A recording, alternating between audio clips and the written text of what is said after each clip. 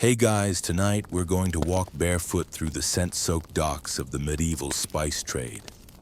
Not literally, of course, unless your dreams get unusually immersive.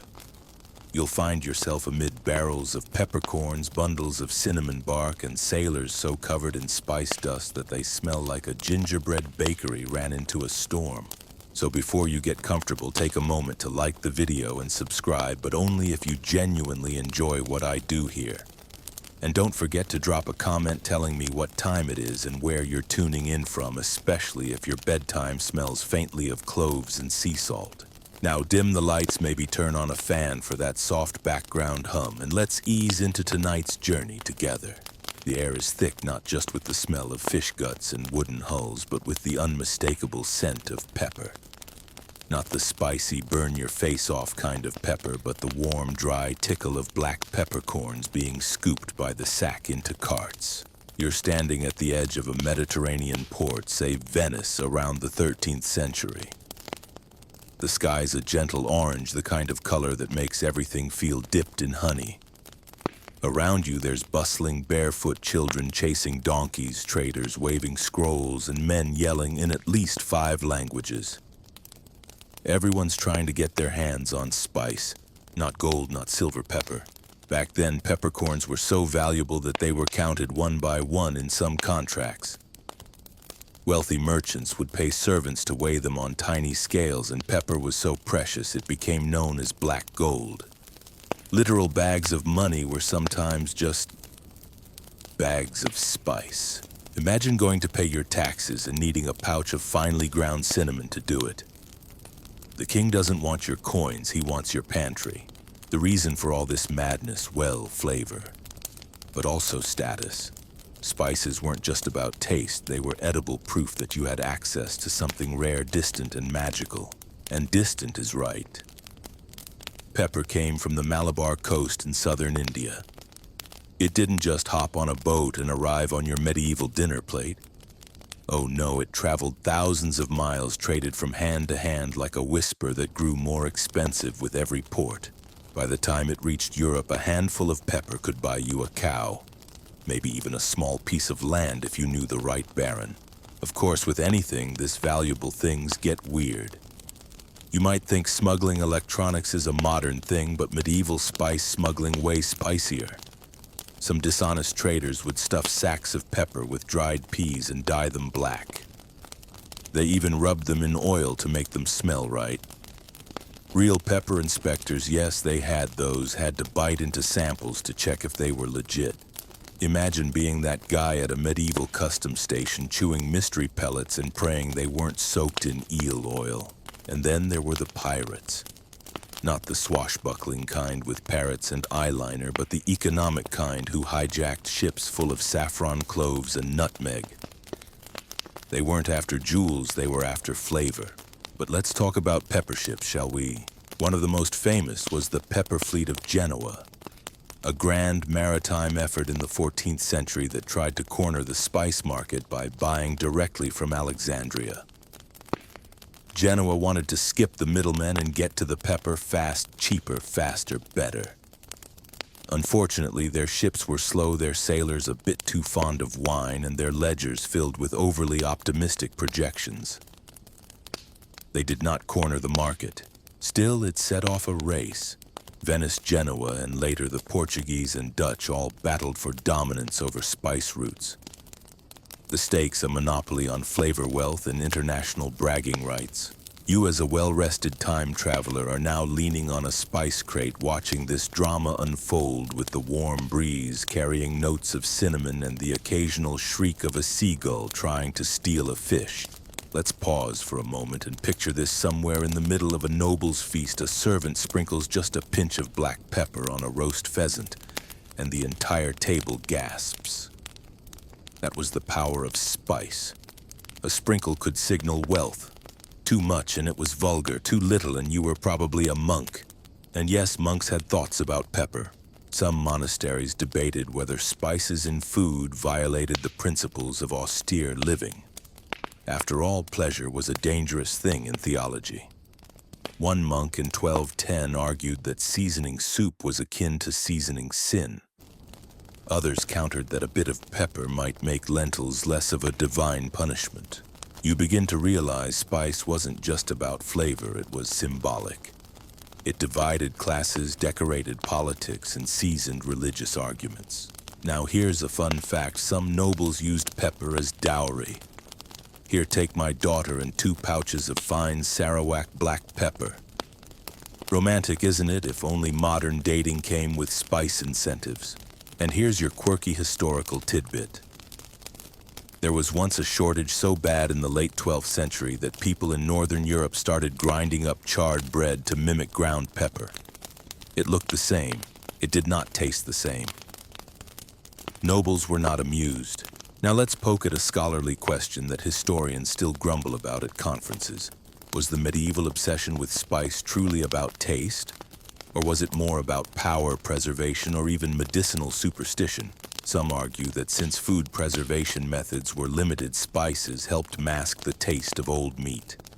But others note that spices were often used after cooking, which wouldn't help the rot at all.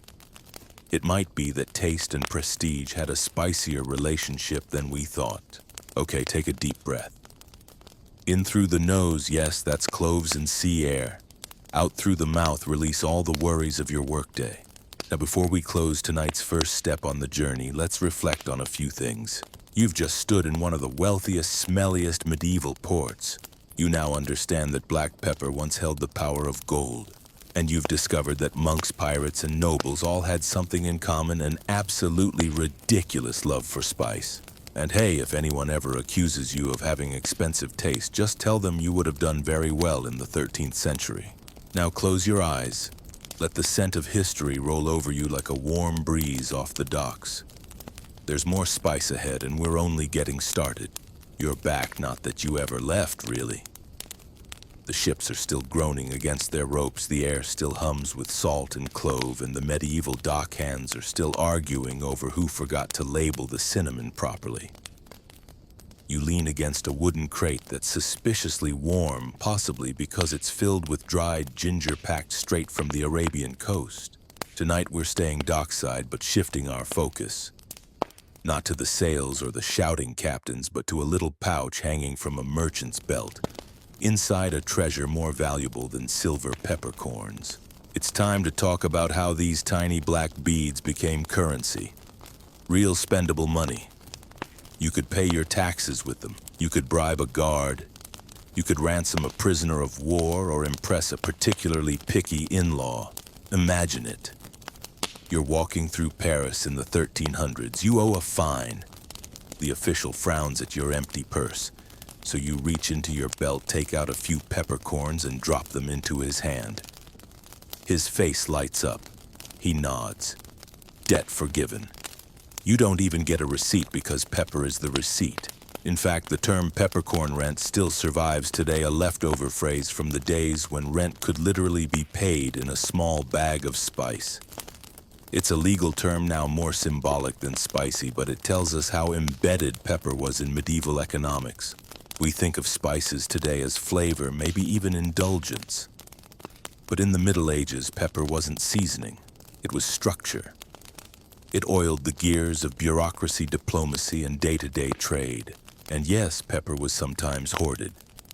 Wealthy nobles would stockpile sacks of it like modern tech bros hoarding crypto. At one point in the 12th century, one merchant in Cologne had so much pepper in his cellar that when the building burned down, the entire neighborhood smelled like a hot pot explosion for weeks. Let's pause here for a brief detour into fashion. Yes, fashion. Because pepper didn't just affect your wallet, it changed how you dressed. Wealthy merchants and nobles would sew tiny sachets of pepper or clove into the linings of their clothes to release warm, exotic smells as they walked.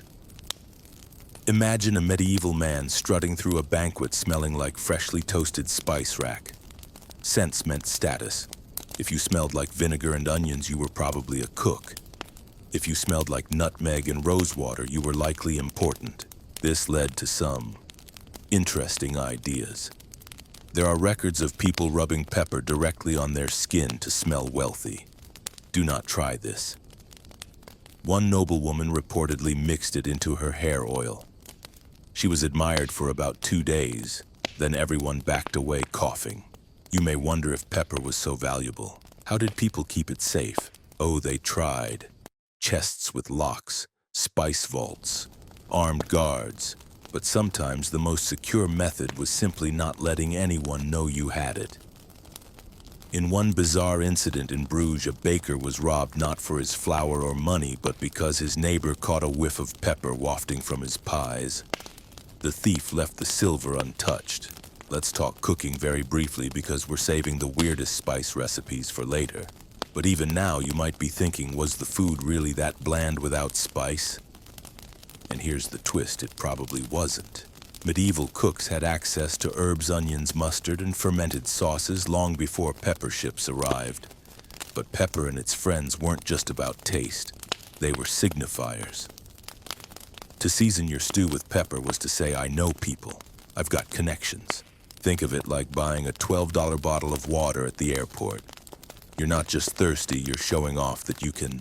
Let's sprinkle in tonight's quirky historical detail. There are records from 1294 showing that a shipment of pepper was so valuable it was escorted by 50 armed men across northern France. Not a princess, not a king. Pepper, protected like a holy relic. Imagine explaining that insurance policy. And here's your academic squabble for the evening.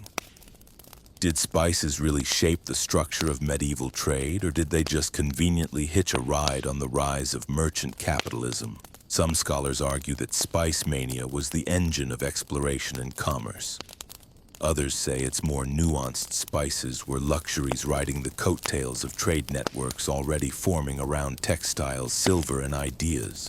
Either way, pepper was a bit like medieval Bitcoin, volatile, obsession-worthy, and the cause of more than one regrettable life decision. 3 gentle jokes before bed.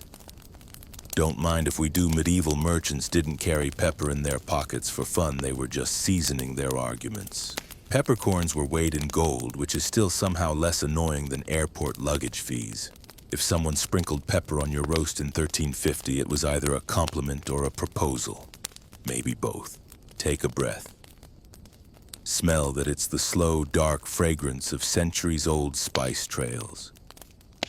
Your mind drifts like a spice ship on calm waters, your thoughts wrapped in linen bundles of clove and cinnamon. Tonight you've wandered through markets and merchant halls. You've learned how black dots turned into international currency, how they perfumed the powerful, and how one sneeze could mean someone was hiding a fortune. Let your eyelids rest now. There's more spice to taste, more stories to uncover. But for now, drift gently like a peppercorn floating in warm broth. Tonight you don't wake up on a ship or in a market, you wake up in a cathedral. A tall, echoing place of stone and incense of velvet shadows and flickering candlelight. The choir has long gone silent, the monks are either praying or asleep, and yet something is cooking. You follow your nose, and yes, there it is again. A scent so rich, so sharp, it cuts through the chill of the nave cloves. Someone somewhere in this sacred place is heating a spiced wine, and not just for themselves. This is a ceremonial night. Cloves, like pepper, traveled far. These little dried flower buds hailed from the Maluku Islands, yes, the Spice Islands themselves. They grew nowhere else on Earth for centuries. When clove trees bloomed, their fragrance could reportedly be smelled for miles across the sea. And now that same smell drifts through this medieval cathedral. Not as incense, not even as medicine, though cloves were used to numb toothaches, but as an offering. You've wandered into a wedding? In the high medieval courts, cloves were often used in rituals. A few pressed into a bride's hair, some scattered on the path before her feet. A clove-studded apple handed from groom to bride, not for eating but for symbolism. The scent was believed to ward off illness, particularly the bad air that carried plagues. It was also meant to protect against impure thoughts, though it's hard to say how well that worked during royal feasts. Let's peek into one of those now. At a banquet, cloves were used to flavor meat and wine, yes, but more often they were used for presentation. Roasted birds would arrive on silver trays, their beaks held open by cloves jammed between them like fancy napkin holders. Oranges imported at ridiculous prices were studded with clove patterns and placed on the table as aromatic centerpieces. They weren't there to be eaten. They were there to be admired. And then stolen. Yes, banquet theft was a thing. There are reports of servants pocketing clove-studded fruits during long ceremonies, hiding them in sleeves and selling them in alleyways hours later. You can imagine the sound of a pomander bouncing inside a wool tunic.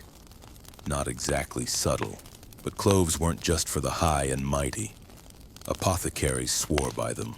Nuns used them in remedies for childbirth pains. And wandering preachers sometimes chewed them to keep their breath pleasant when preaching to large crowds.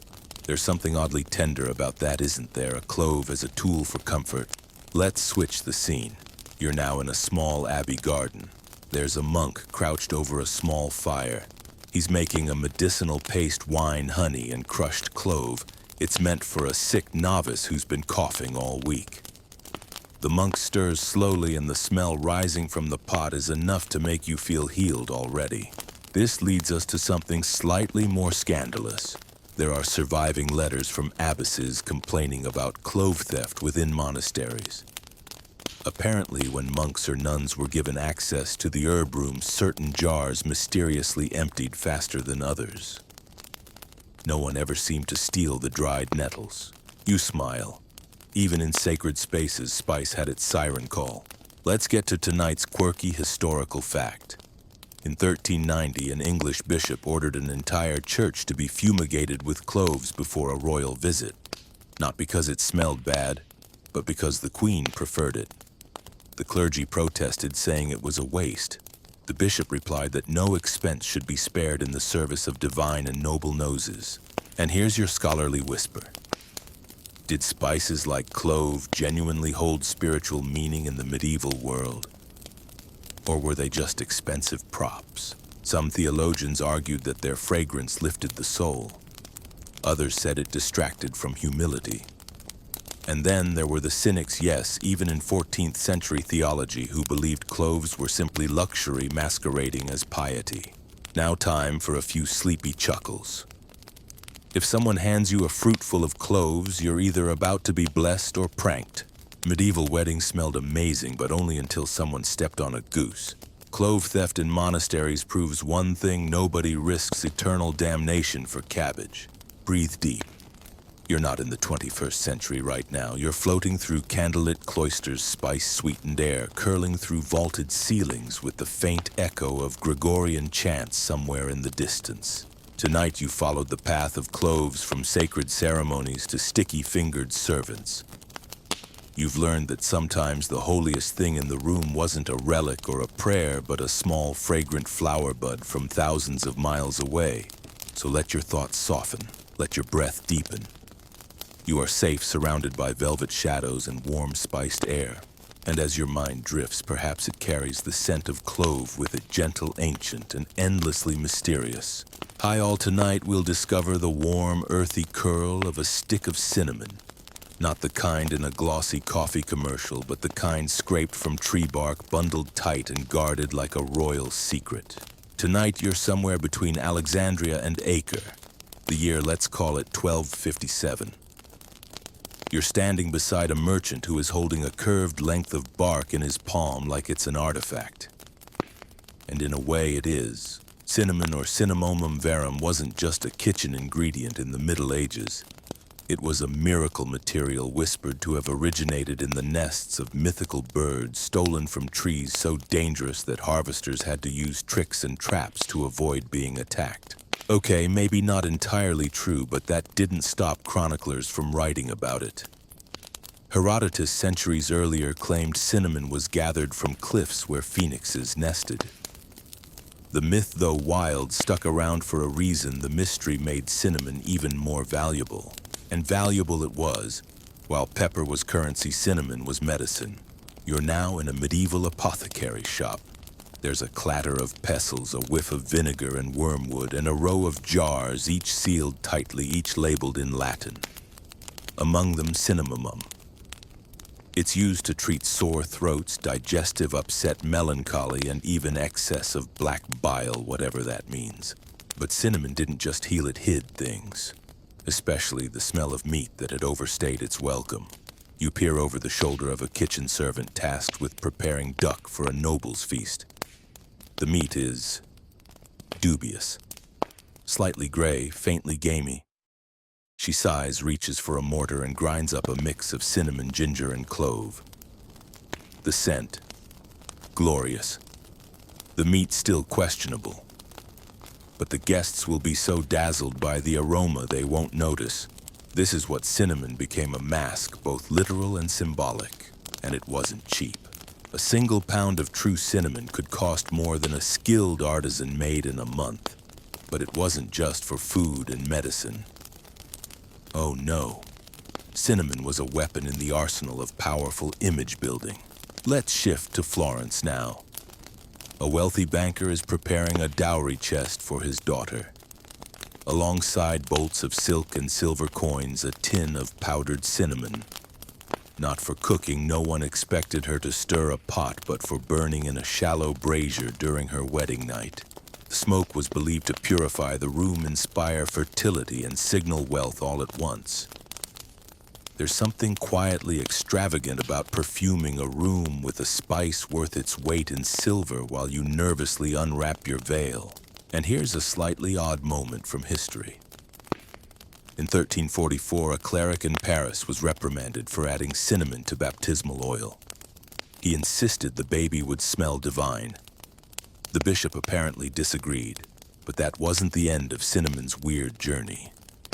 You now find yourself in a monastic kitchen where a group of nuns are preparing a tonic for winter illness. Wine boiled gently with cinnamon bark and raisins. It's stirred, slowly murmured over, and served warm in ceramic cups to coughing novices. The warmth spreads not just through the throat, but through the bones. Let's glance at tonight's curious detail. In London's spice records from 1289, cinnamon is listed as both a medicinal and cosmetic item. One merchant even sold cinnamon-infused beeswax for smoothing flyaway hairs. Apparently, medieval frizz control was also a concern. And here's tonight's scholarly question. Was cinnamon used more for its actual properties or for what people believed it represented: status, purity, even spiritual elevation? Some argue its popularity stemmed from its antiseptic qualities, others from its exotic origins. And a few claim it was simply fashionable, much like today's obsession with turmeric lattes. Now time for a few cinnamon stick-sized jokes to stir your dreams. Cinnamon, the original medieval air freshener, and it didn't even need batteries. If your meat smells bad, just add cinnamon and lie with confidence. Nothing says romance like bark that cost more than your inheritance. Take another slow breath. You're safe in this spiced-up world. The walls are stone, the fire is low, and a kettle simmers quietly with bark curling in hot wine. Tonight you've walked from spice myths to dowry chests. You've seen cinnamon as medicine, makeup, and marital incense. And maybe now, when you see a cinnamon stick tomorrow in your tea or pastry, you'll think not just of flavor, but of a world where bark meant wealth, health, and maybe just a little magic. Let the scent carry you. Let your thoughts unravel slowly, gently. There's still so much more to taste. Hey friends, tonight let's explore a nut that isn't quite a nut, and a spice that once made kings believe they could cheat death: nutmeg. We begin on a rainy morning somewhere in medieval Bruges. You're tucked under a wool cloak, but the scent in the market square cuts through the drizzle, sharp, warm, a little like holiday bread. A vendor holds up a wrinkled brown orb no larger than a plum. He calls it the seed of power. You think he's overselling. You think. He's not. Nutmeg came from the Banda Islands, minuscule dots on the map floating in the East Indies. For centuries, they were the only source in the world. The tree that bore nutmeg was both generous and secretive, hiding its treasure inside a glossy fruit. The outer shell produced mace. We'll talk about that spicy sidekick another night, while the inner kernel gave us nutmeg, the spice that sparked diplomatic marriages, poison scandals, and entire colonial wars. But in the Middle Ages, its mystery hadn't quite unraveled yet. You're now in the kitchen of a Florentine noblewoman watching a servant grate fresh nutmeg into a custard pie. It's delicate work too much and it's bitter. Too little and it's wasted. She doesn't even taste it. Instead, she carries it with ceremonial reverence to the high table. Why? Because in this house, nutmeg is medicine. It was believed to warm the blood balance, the humors, and in certain circles extend life. In fact, one German alchemist in 1318 claimed that daily nutmeg in wine could preserve the body from corruption. That's right, eternal freshness, medieval style. Of course, this led to some over-enthusiasm. Records show that noblemen once consumed entire nutmegs grated into their morning porridge. The result, euphoria followed by dizziness, confusion, and in some cases, hallucinations. Turns out nutmeg in high doses is mildly psychoactive. But that wasn't the intention. They thought they were fortifying their blood against winter. They were actually giving themselves a spice-induced hangover. Still, it caught on. Nutmeg found its way into monastic elixirs, perfumed oils, and embalming rituals. Some royal tombs were scented with nutmeg before burial. It was seen as both protection and prestige, a guardian against decay. Let's wander for a moment to a wintertime cathedral. The priest is preparing incense. And tonight, to impress a visiting bishop, he adds just a hint of nutmeg to the censer. The smoke curls upward, fragrant, earthy, familiar. The bishop comments on the sweetness. The priest nods smugly. He's just burned a month's wages in spice. Elsewhere in the pages of a physician's journal, a patient is described as suffering from melancholy lungs. The treatment. A poultice of goat's milk, boiled oats, and a pinch of nutmeg applied to the chest and whispered over with Latin phrases. Did it work? Probably not. Did it smell amazing? Almost definitely. Let's pause for tonight's curious nugget of truth. In the 1400s, nutmeg was believed to repel the plague. People wore small pouches of grated nutmeg around their necks, sewed it into clothes, and in at least one case baked it into prayer wafers to protect the soul via digestion. And here's your scholarly side-eye of the evening. Was the belief in nutmeg's powers driven by genuine observation or by medieval marketing and myth-making? Some argue that its warming effects were felt and noted. Others claim that its extreme cost led to exaggerated properties like a luxury item that must do something more than just smell nice. And now 3 sleepy spoonfuls of nutmeg-flavored humor. Nutmeg, the original multivitamin if your vitamins were wrapped in legend and colonial violence. Eat 1 too many nutmegs and you'll have visions not of angels but of confused kitchen staff. Want to impress a medieval date? Grate nutmeg at the table. Bonus points if you survive it, so breathe in slow and steady. The scent tonight is gentle and bittersweet. You're sitting by a fire now in a wooden house somewhere in the Alps. Outside, snow is falling. Inside, someone stirs warm milk with honey and a dash of freshly ground nutmeg. Tonight, you followed nutmeg from tree to tomb. You've seen how one fragrant seed could cure, kill, uplift, or delude.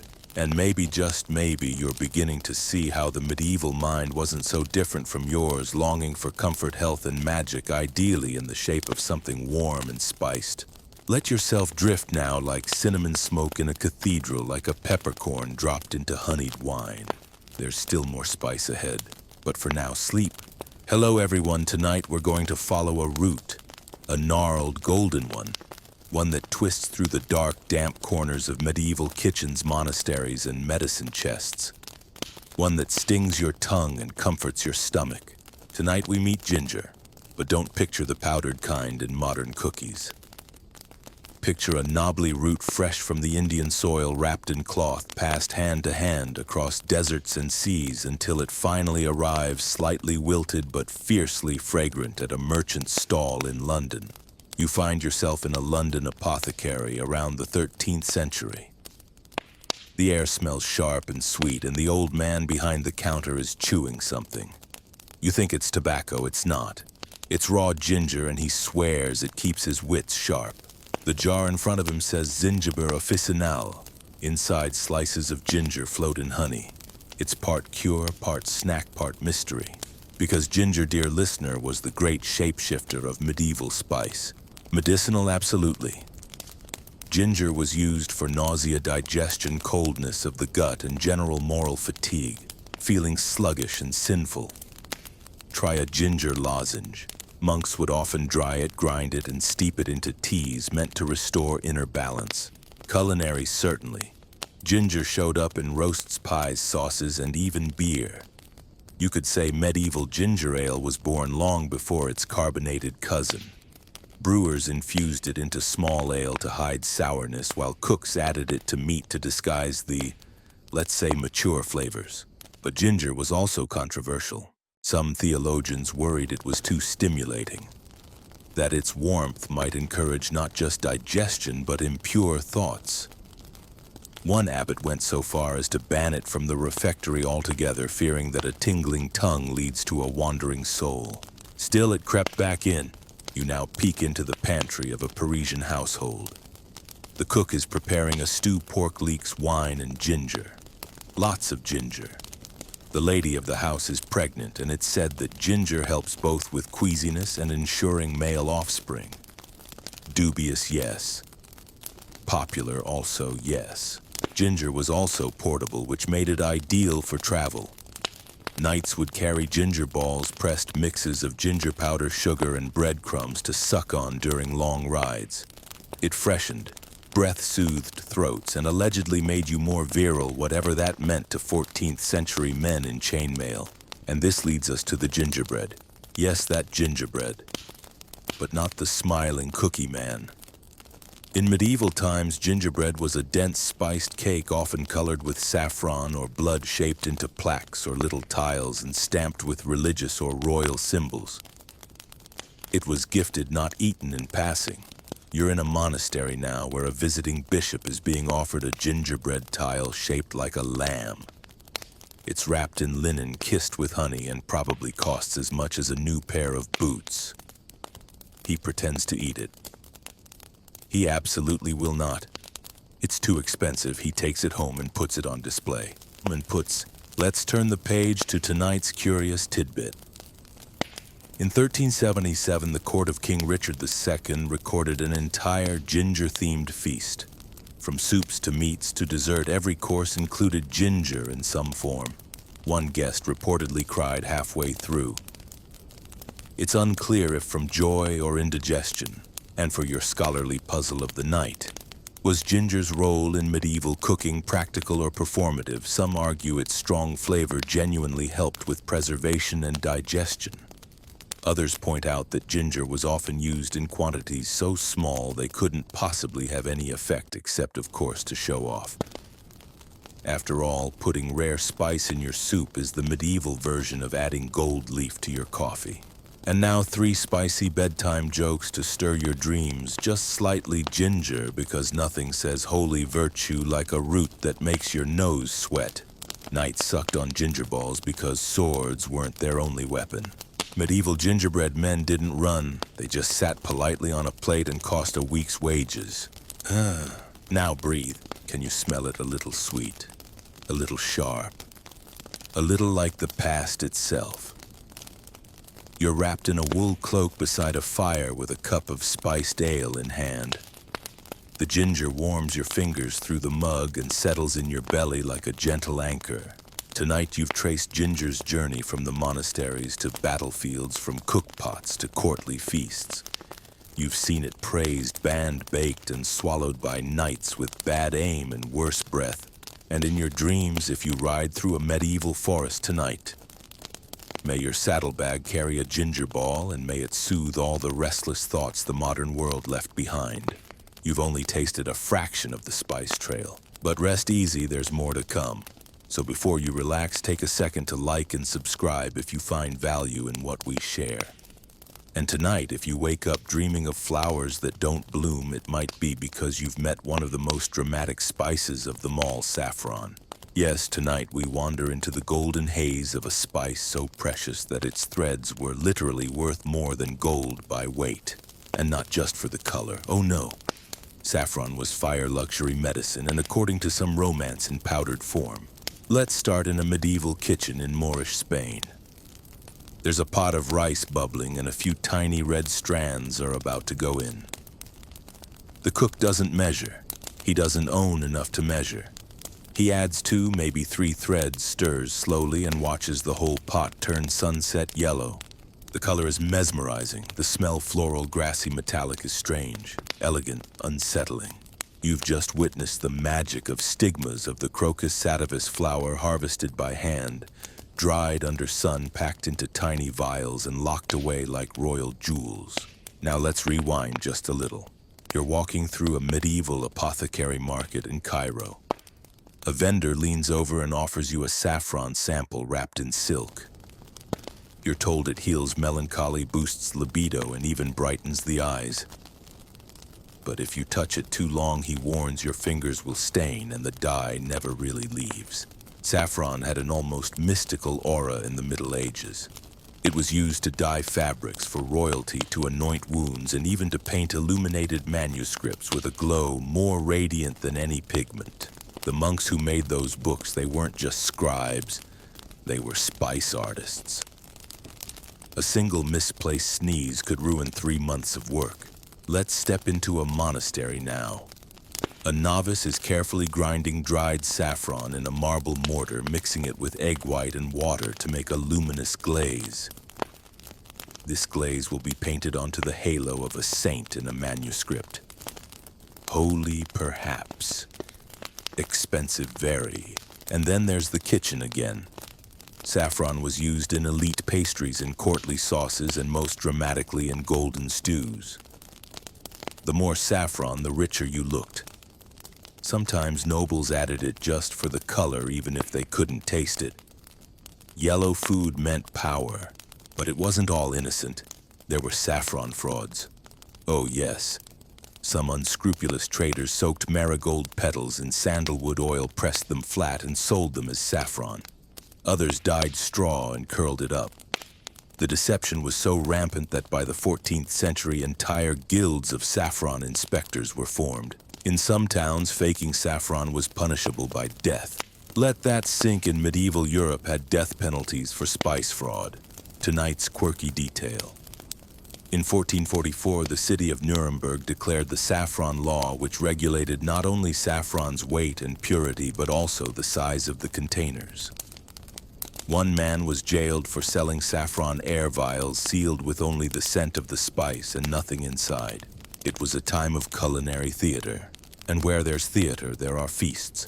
You're now at the court of a Hungarian duke.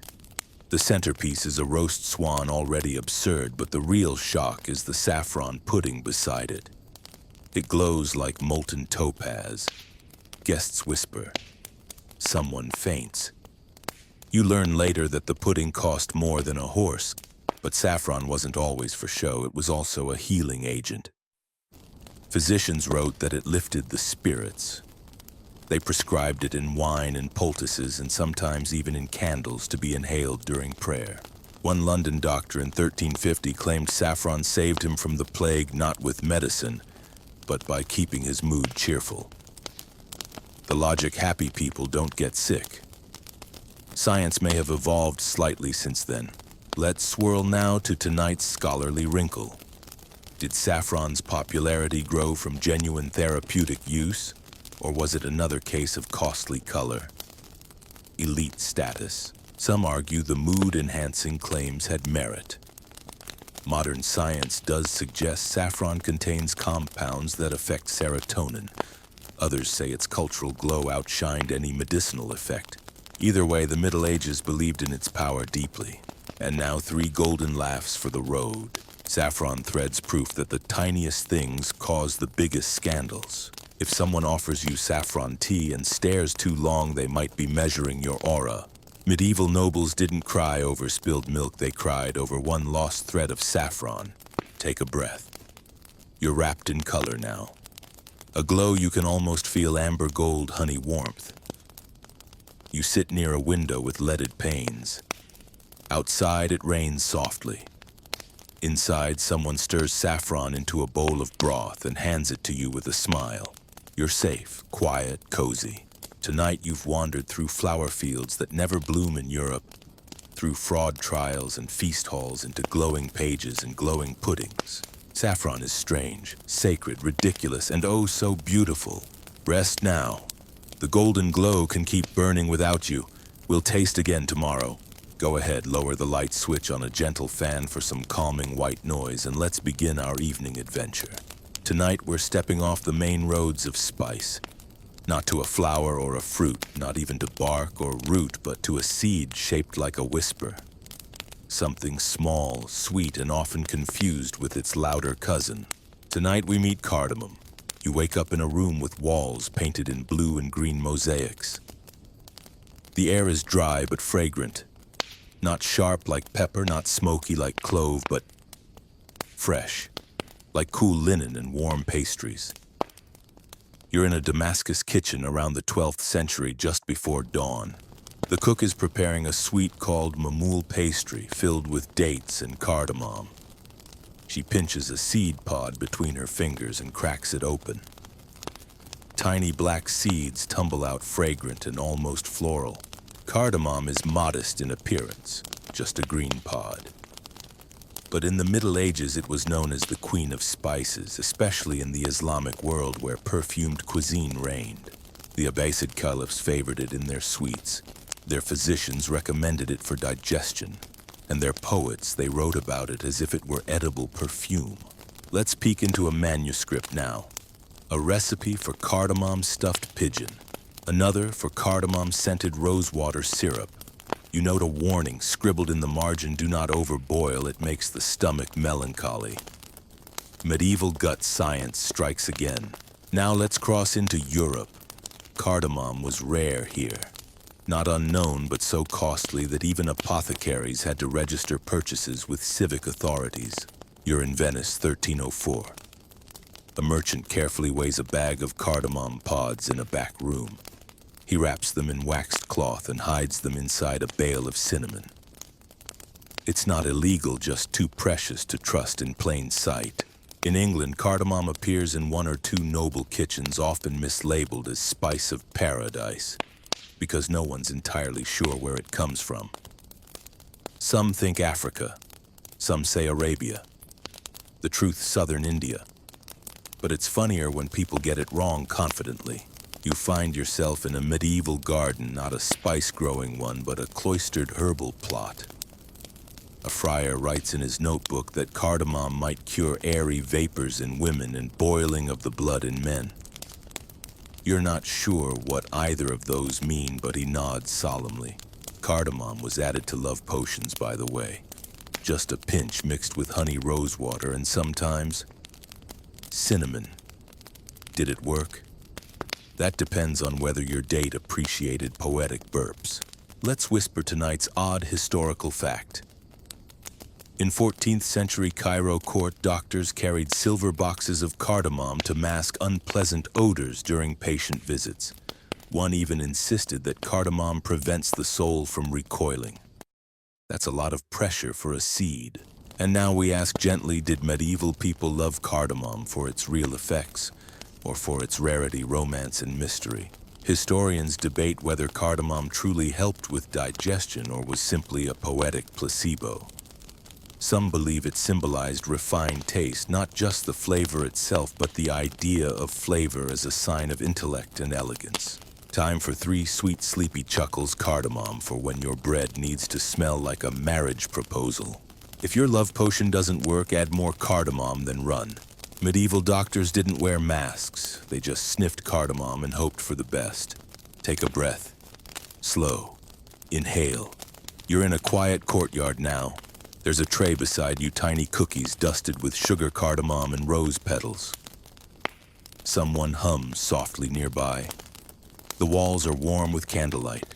You are safe here, full-bellied, drowsy, a little sweet.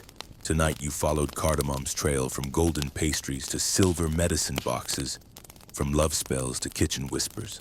And when you next sip chai or bite into a spiced biscuit, perhaps you'll remember that long before trendy lattes, cardamom was flavoring prayers, poetry, and strange romantic decisions. Close your eyes. Let the floral warmth carry you. We'll crack open more secrets tomorrow. Turn down the lights, perhaps start a fan to create a soothing ambiance, and join me as we slowly dive into tonight's story. Tonight we're entering a spice market filled not with noise, but with fragrance so intense it hums. You aren't walking here, you're floating, carried by curls of scent that tangle in your hair and follow you long after you leave. The spice anise. Now let's be clear. This isn't the chewy black licorice candy from your childhood that divided friend groups. This is the real stuff, anise seed, sharp, sweet, and slightly numbing, beloved by monks, perfumers, and dentists alike. Yes, dentists, but we'll get there. You find yourself on the edge of a fairground. It's England, perhaps the mid-14th century. There's music, laughter, bad juggling, and a stall selling honeyed anise cakes. The scent stops you in your tracks. The vendor swears the cakes are blessed by Saint Apollonia herself, the patron of toothaches. Why? Because anise was believed to numb pain, sweeten the breath, and ward off dental demons. You buy one. It's dense sweet with that strange afterburn of licorice and clove. You eat half. You feel slightly mystical. Elsewhere, anise was used in elixirs for digestion, for breath, for dreams. Some monks steeped anise with honey and vinegar to make a tonic for night terrors. One abbot described it as dreaming under stars, even on cloudy nights. Poetic, yes. Effective, unclear. Now let's head to a monastery kitchen. A novice is preparing a fast day stew, thin, boring gray. But then she adds a few anise seeds and the room changes. A subtle sweetness. A little zing. The older monks murmur in approval. Anise was often added to simple foods, not to dazzle, but to lift.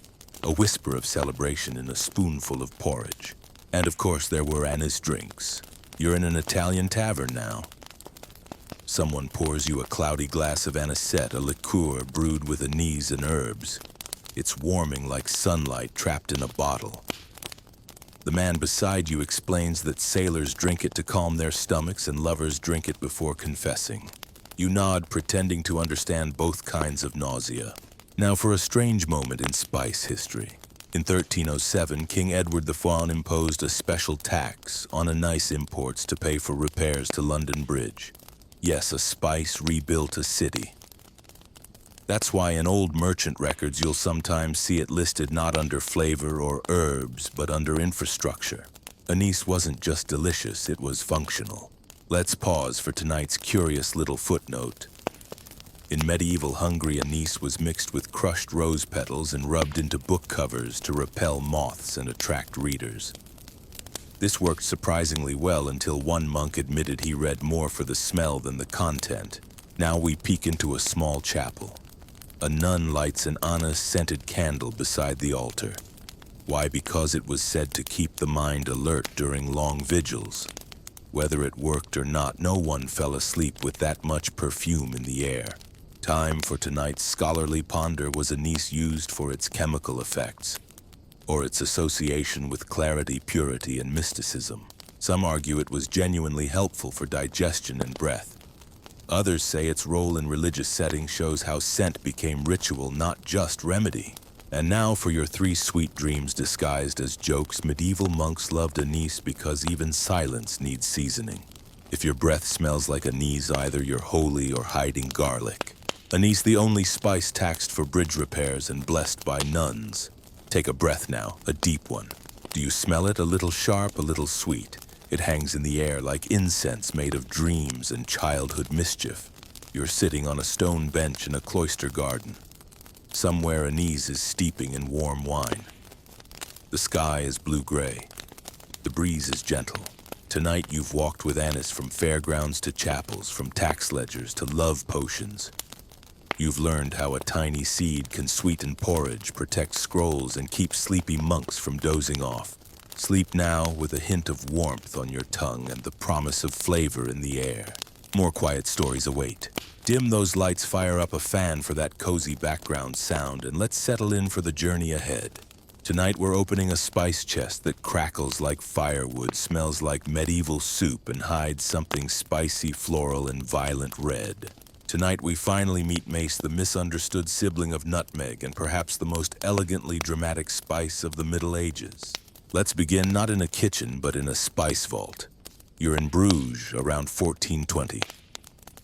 A merchant gently unlocks a cedar box.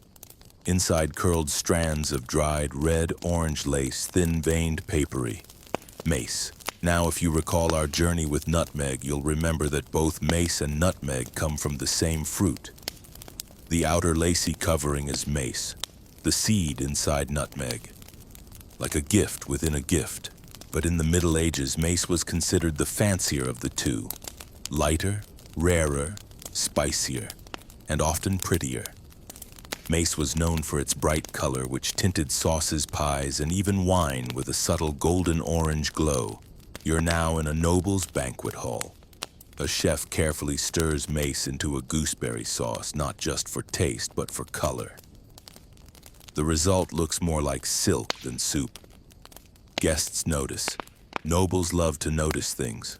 Meanwhile, in a nunnery just outside of Milan, a sister is preparing an anointing oil. She crushes dried mace with rose petals, adds olive oil, and murmurs a hymn. The resulting salve is for sore joints and allegedly spiritual clarity. It smells heavenly. Mace was quite literally everywhere, but always in small, careful amounts. Why? Because it was pricey and potent. Medieval cooks used a tiny pinch. Anything more was considered vulgar. But let's not forget its role in medicine. Mace was believed to calm the stomach, warm the blood, and stop hiccups brought on by excessive melancholy. Is there any other kind? You peek into a physician's bag. There's a tiny jar of powdered mace wrapped in vellum labeled with a drawing of a horse and 3 stars. You ask. The doctor tells you it's for treating horse colic and dreamy sadness in children. The Venn diagram of medieval treatments is creative. Let's pause here for tonight's delightfully strange fact. In several medieval texts, mace is listed as a cure for broken hearts. Literally. One 14th century herbal manual advises steeping mace in goat's milk, then drinking it under a full moon while reciting psalms backwards. It doesn't say if it works, but it does sound unforgettable. And unsurprisingly, it also made its way into perfume. A Parisian perfumer in 1360 combined mace, jasmine, and pine resin into something called eau de courage. It was meant to give knights bravery before battle. Spoiler, it did not, but it did make them smell very confusing. You're now in a monastery dining hall. On feast days, the kitchen prepares spiced rice, a mixture of boiled grains, dried fruit, and a faint whisper of mace. The scent alone is enough to make the monks briefly forget their vows of silence. Let's shift gently into our academic wonder for the night. Was mace more prized for its culinary grace, its medicinal mystery, or simply because it looked expensive? Some scholars say its floral sharpness made it a secret weapon for flavor. Others argue its rarity gave it cultural weight. It didn't matter what it tasted like. It looked rich, and that was enough. Now let's warm up with 3 mace-sized jokes. Mace for when you want your pie to taste like autumn and ambition. If your medieval soup isn't gold-tinted, are you even nobility? Mace and goat's milk, the heartbreak cure no one asked for. And now, breathe in. The air smells faintly of stone ovens, dried fruit, and something fragile and warm. That's mace. Not loud, not boastful, just quietly magnificent. You sit at a wooden table wrapped in a wool shawl. A servant places a bowl of soft porridge before you. A sprinkle of mace on top glows orange in the firelight. Someone nods approvingly. You smile sleepily. Tonight you've discovered how a lacy red ribbon from a tropical tree traveled halfway across the world to flavor pudding perfume courage. And maybe, just maybe, mend broken hearts. Sleep now. The banquet has ended. The embers are low, and somewhere in a spice vault another strand of mace waits to be noticed. Hi all, tonight we'll discover a spice so everyday, so basic, so common in your kitchen today that you might not even consider it a spice anymore.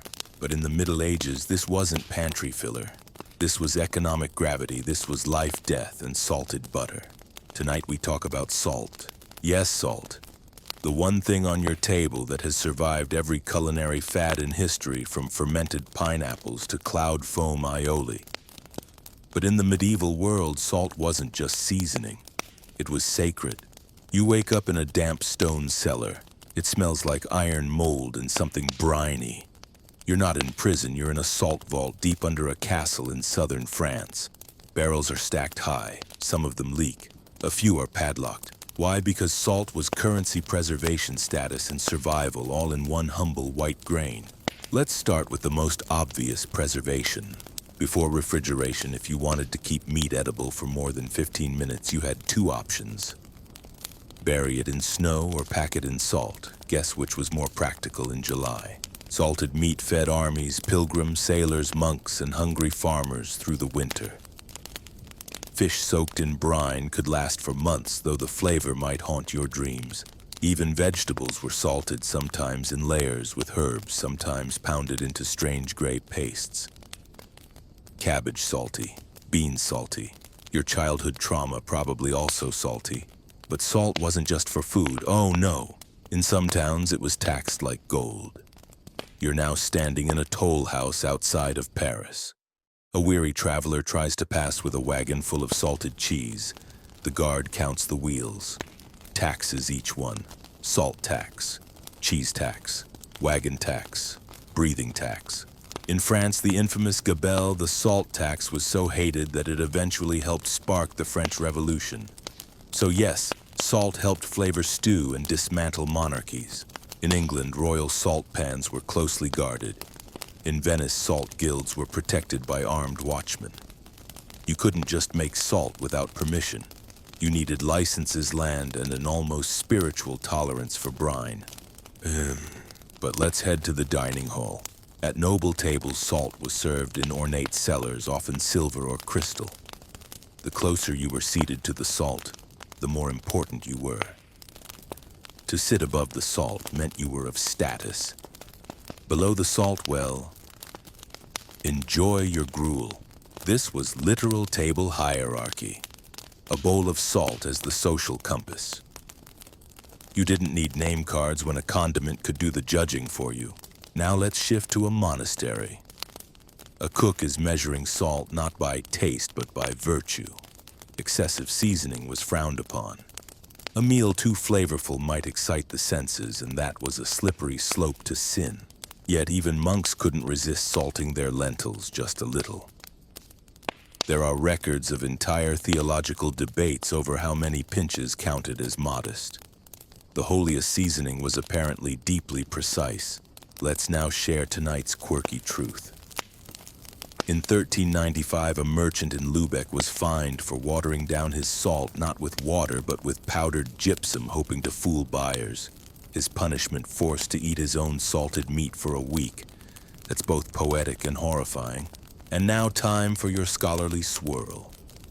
Did salt hold its status because of its culinary necessity, or was its symbolic power even stronger? Salt preserved not just meat, but identity. It featured in baptisms, oaths, funerals, even treaties. Breaking bread and sharing salt was a sign of alliance. Some say the salt mattered more than the bread.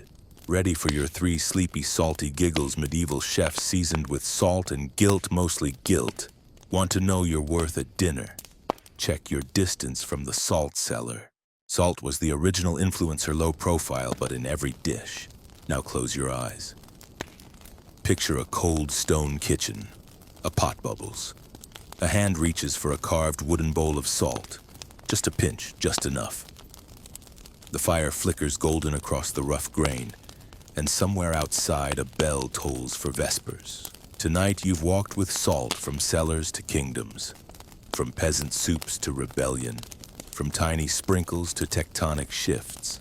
You may never look at your salt shaker the same way again, and that's the beauty of history, turning the ordinary into quiet magic. Rest now.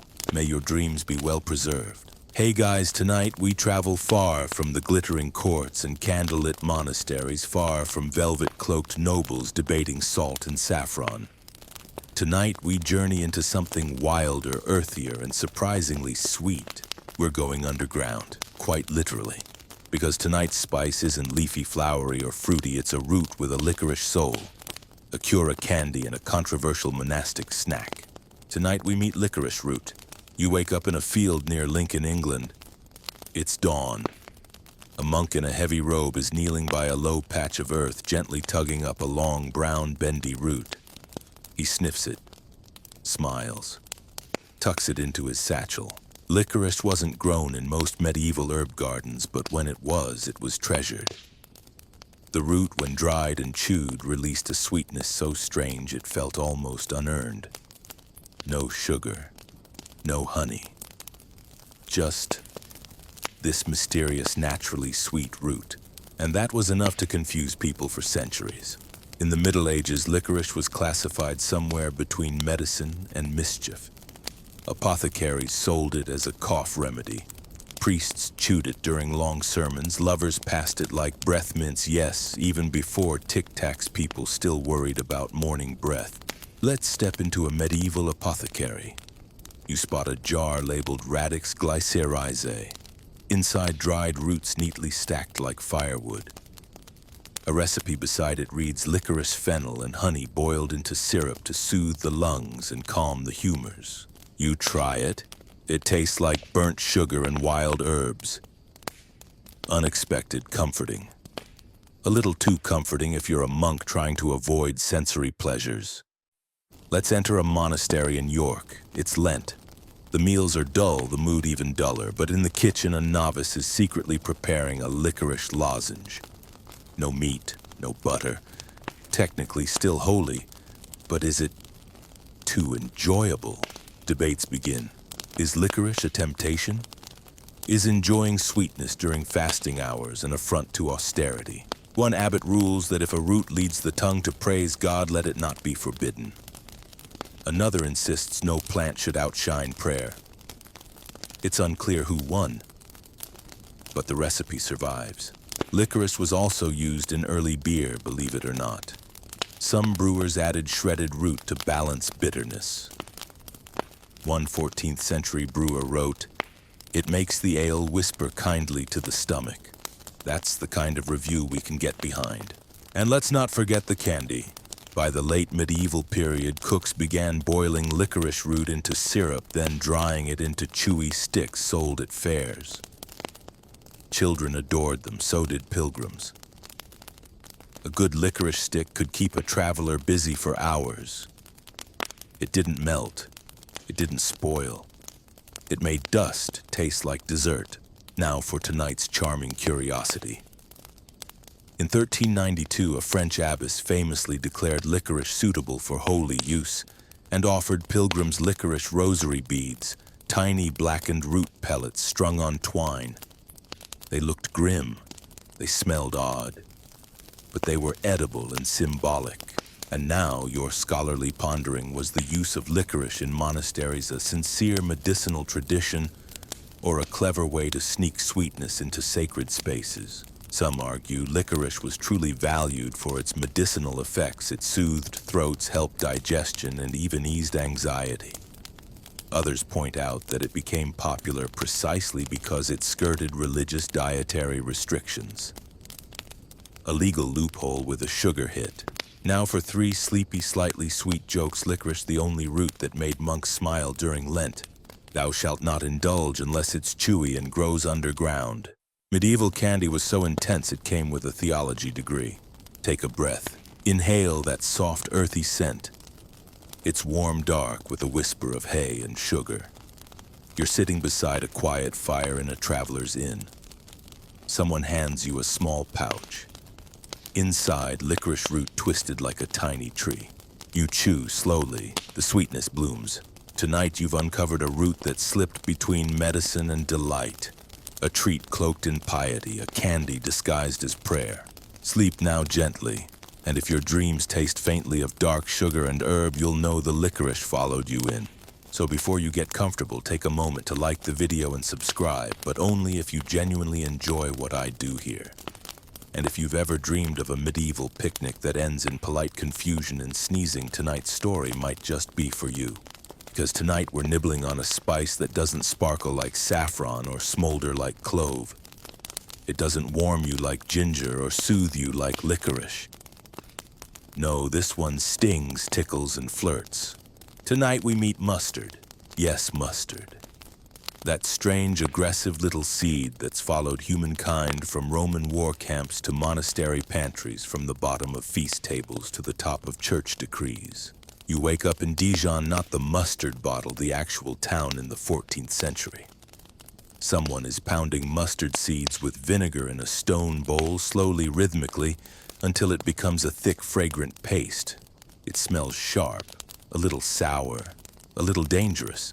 This, dear listener, is no condiment. This is a ritual. Mustard in the Middle Ages wasn't just a table sauce. It was medicine, preservative, punishment, and occasionally performance art. You're now in a Benedictine monastery kitchen. A brother is mixing ground mustard with crushed garlic, stale ale, and honey. He slathers it onto dried fish. The mixture doesn't just flavor the fish, it resurrects it. In a time before refrigeration, mustard wasn't just tasty, it was necessary. And oh, did the monks love it. In fact, some orders were known to grow their own mustard plants in cloister gardens. Quiet rows of leafy greens hiding pods of potential chaos. When harvested, the seeds were dried and ground into penance paste. Okay, no one called it that, but maybe they should have. Let's wander now to a noble feast.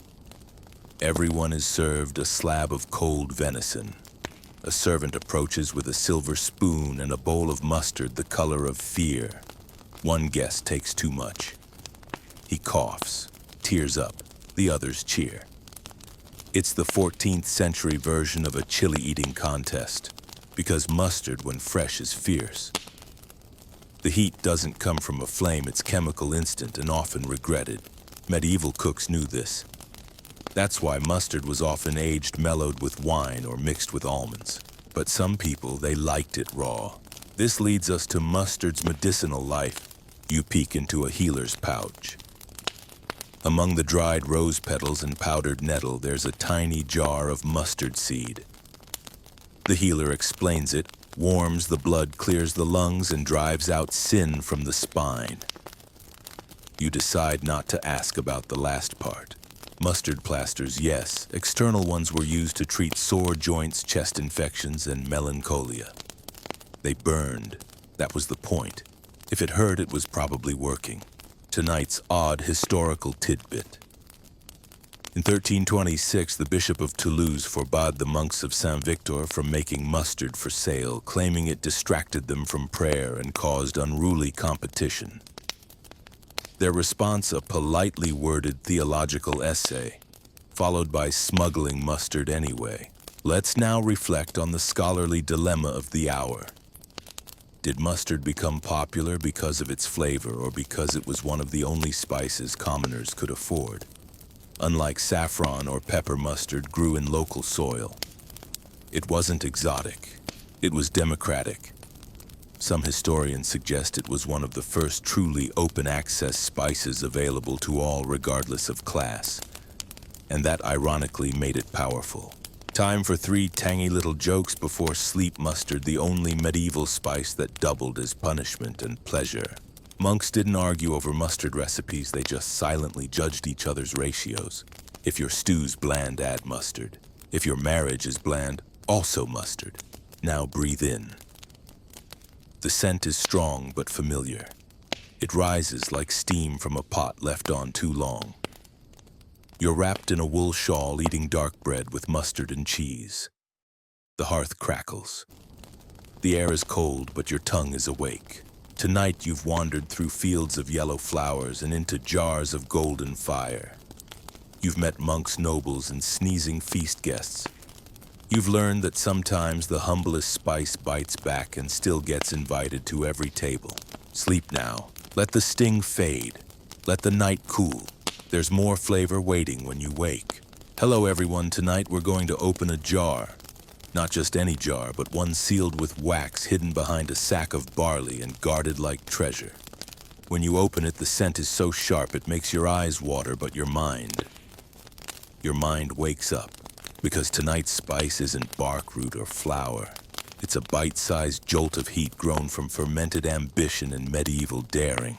Tonight we meet the many lives of horseradish.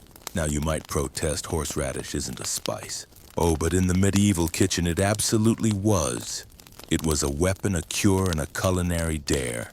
You begin your journey in a farmhouse kitchen in what is now Poland circa 1370. A mother is grating something violently onto a wooden board. She winces. Her eyes water. She keeps going. You look closer, it's fresh horseradish root shaved into curling ribbons. She adds it to eggs, pickles, and pork all in one meal. Your sinuses clear just watching.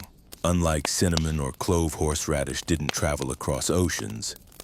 It didn't ride the spice ships. It came up with the cabbages, grew wild by fences and wells, and was loved locally. And still it had presence. You're now at a rural monastery.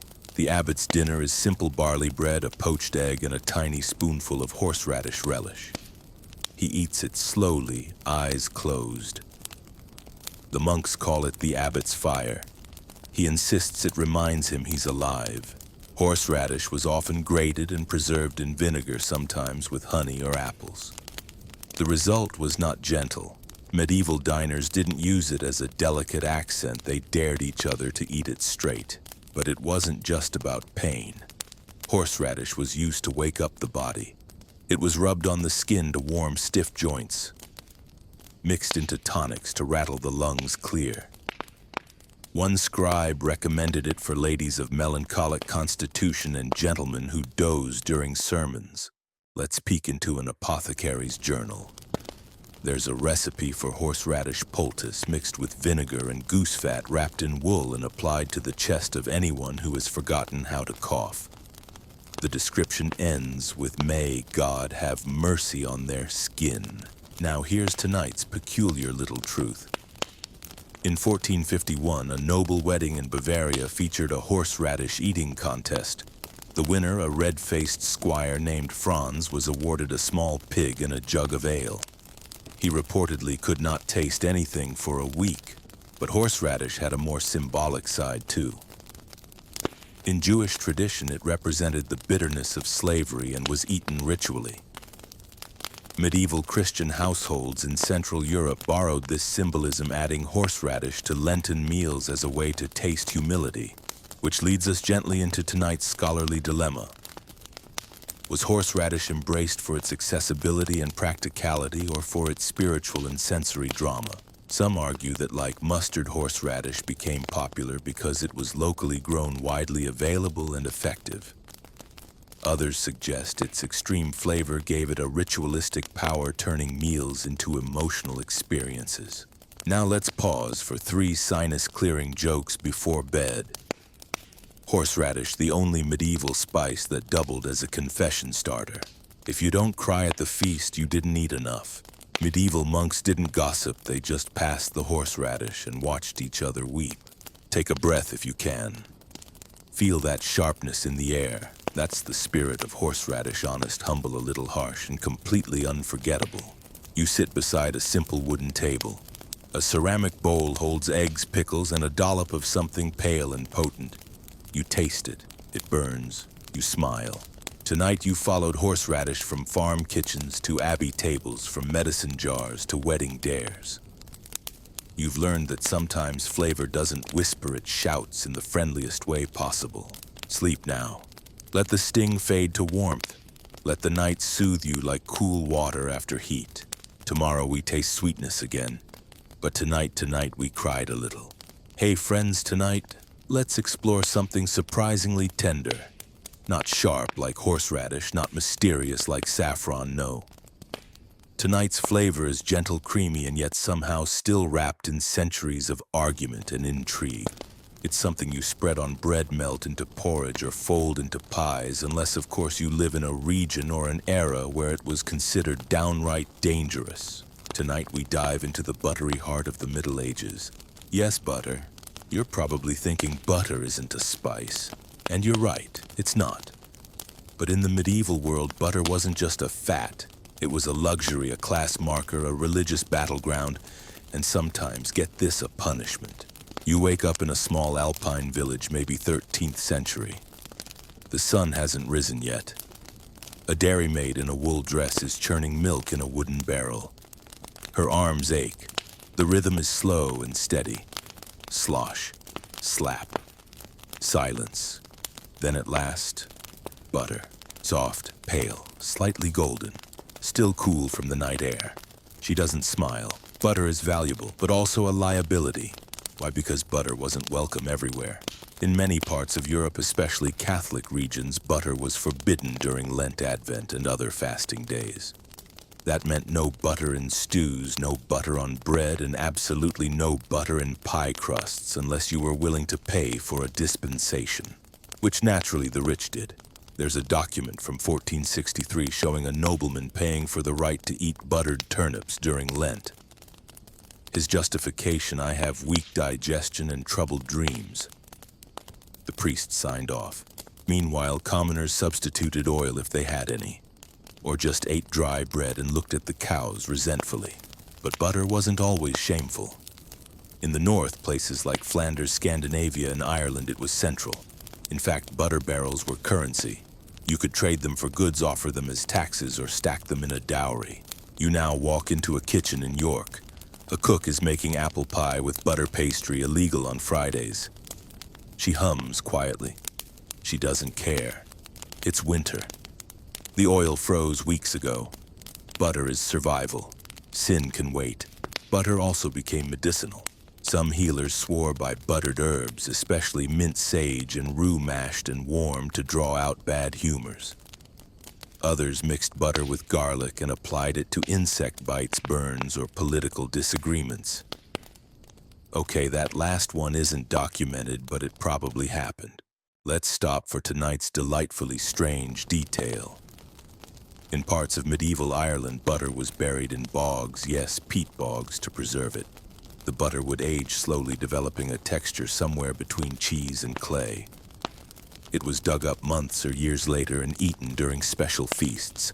Some bog butter survives today. It smells unforgettable. And now, time for a gentle theological wrinkle. Was butter banned to promote spiritual discipline, or because olive oil came from Rome and butter was just too northern? Scholars still argue. Some say butter's association with peasants made it less pure. Others suggest it was too tasty to be humble. Still others point to economic motives. Olive oil came through southern trade networks, while butter was local and unregulated. In other words, butter was banned because it was convenient, which frankly is the most medieval reason possible. Time for 3 soft, sleepy butter jokes. Butter the only sin that improves toast. If your Lent is too long, just sniff some pie crust. Medieval monks didn't fear the devil, they feared soft cheese on Fridays. Take a breath. You're in a warm kitchen now. The walls are stone, the hearth glows. A slab of brown bread sits on the table and someone kindly, silently passes you a wooden dish of butter. You spread it slowly. The knife is warm. The bread sighs. Tonight you've tasted butter not just as food, but as a controversy, a comfort, and a cultural fault line. Maybe you'll never look at your breakfast the same again. Maybe next time you butter a slice of toast, you'll hear a whisper of monks arguing or a peasant muttering worth every sin. Sleep now. Rest easy. The butter is soft, the bread is warm, and nobody's watching, not even the bishop. Hi all, tonight we'll discover a sound you didn't know you missed: the sputter of batter dropping into hot oil. The hiss, the sizzle, and then silence. Then the smell. Warm, bready, a little sweet, a little savory. We've eaten spiced meat, drunk buttered broths, and sniffed licorice rosaries. But tonight we bite into something golden crisp and gloriously fried, because tonight we celebrate the chaotic joy of medieval fried food. Yes, fried food, not invented at your local fair. Not the domain of modern comfort food or late-night cravings. No, medieval cooks were already deep-frying their way to bliss centuries ago with spoons, tallow risk, and recipes that read like dares. You wake up in the middle of a feast, not a royal one. a village fair somewhere in northern France around the 14th century.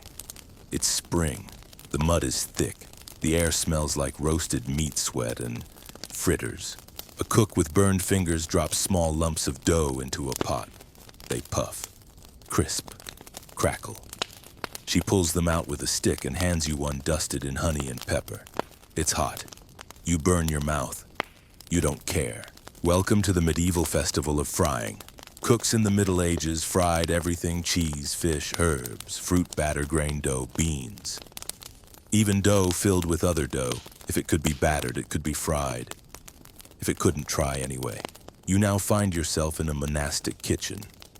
The friar is making apple fritters for a saint's feast. He slices the apples, dips them in batter made from ale and flour, and slides them gently into lard.